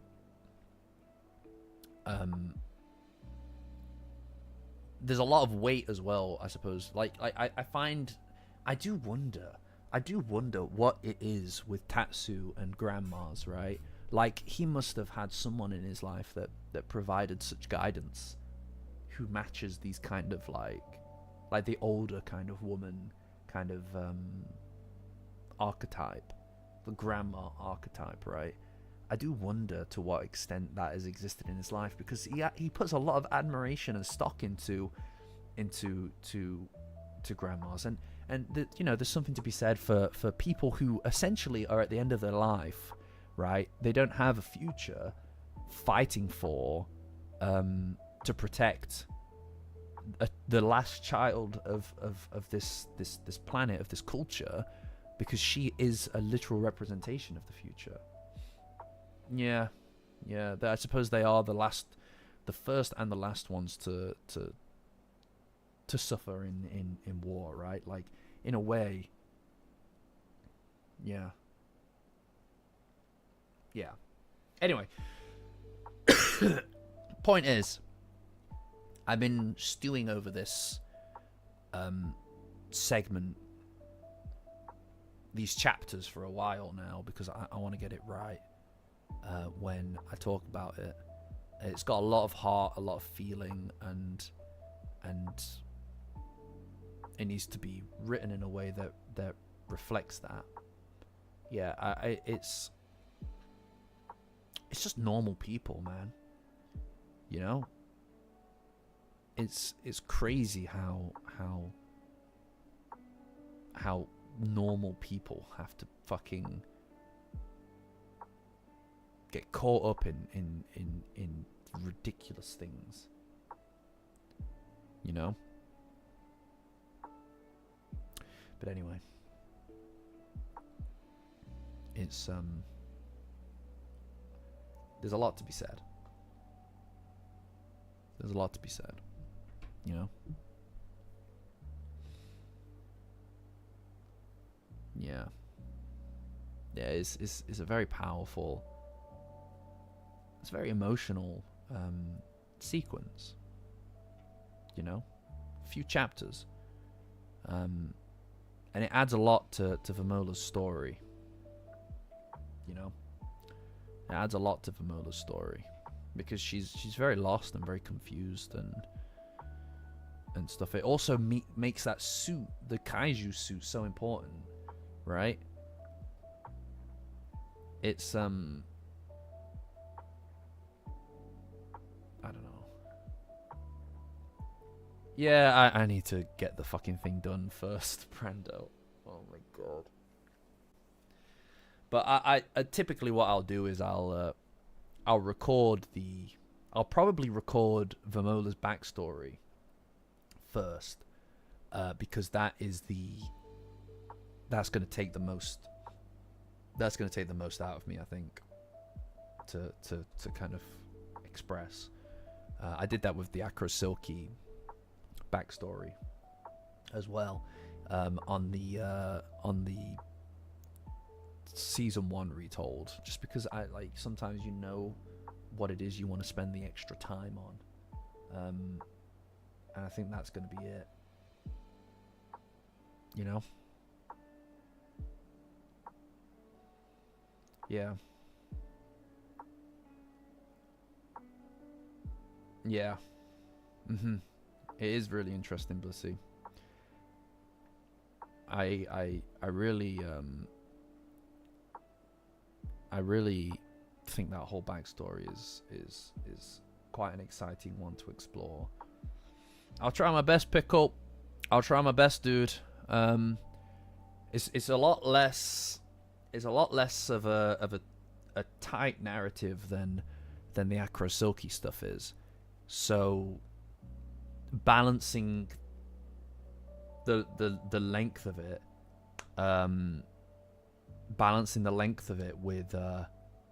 with the themes and the story and what it is that I'm trying to get across and the stuff I'm attaching to it, is going to be the difficult part for sure, but we'll see how it turns out. I've got some editing to do for the whole sequence. In fact, I've just thought of something that I can add just there. I just need to quickly make a don't tell Janny I need to make a quick note. Hold on.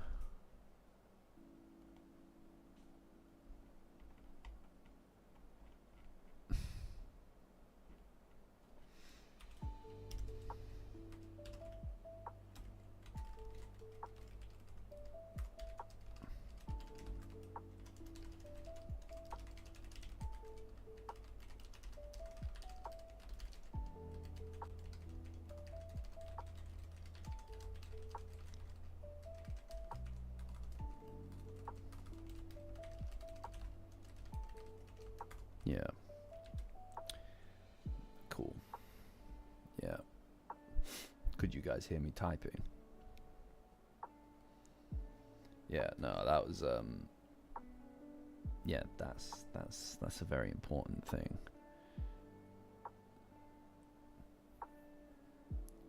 Yeah. Yeah.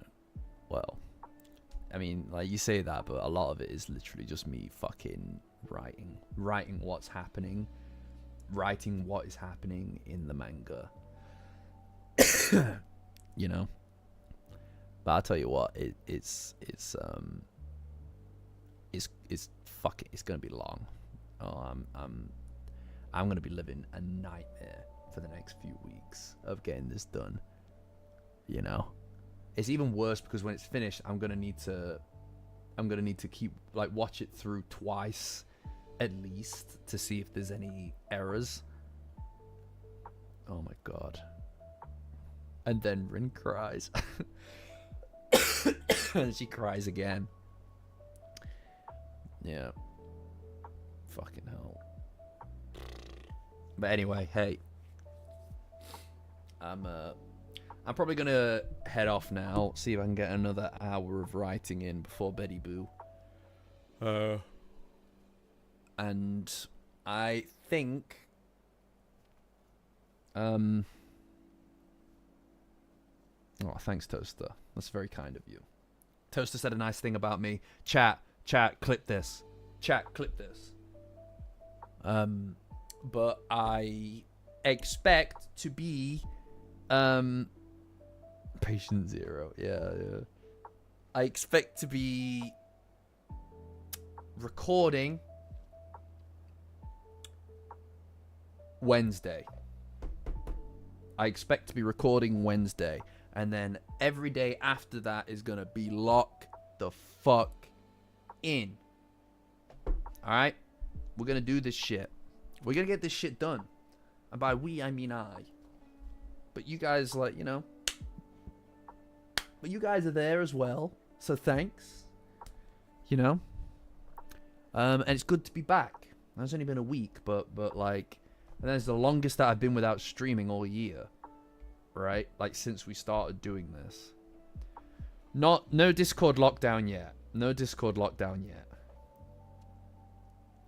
I'll record it Wednesday, but then it's going to take a lot of editing after that, so it's going to be a few weeks until it's ready. Give us timeout permissions. Absolutely not. No way. Absolutely not. But I'm going to be on top of it. Alright. Alright, guys. Like I said, it's been nice being here. It's been nice chatting. I've enjoyed it a lot. It's nice to be back in the chair. Let's end this year the right way, guys. You know, hopefully the merchandise samples will arrive tomorrow. And then I can get sorted. Get the stuff sorted for those of you who are interested in tailor-made versions. Anyway. Right, guys. I'm out of here. Peace. See you later.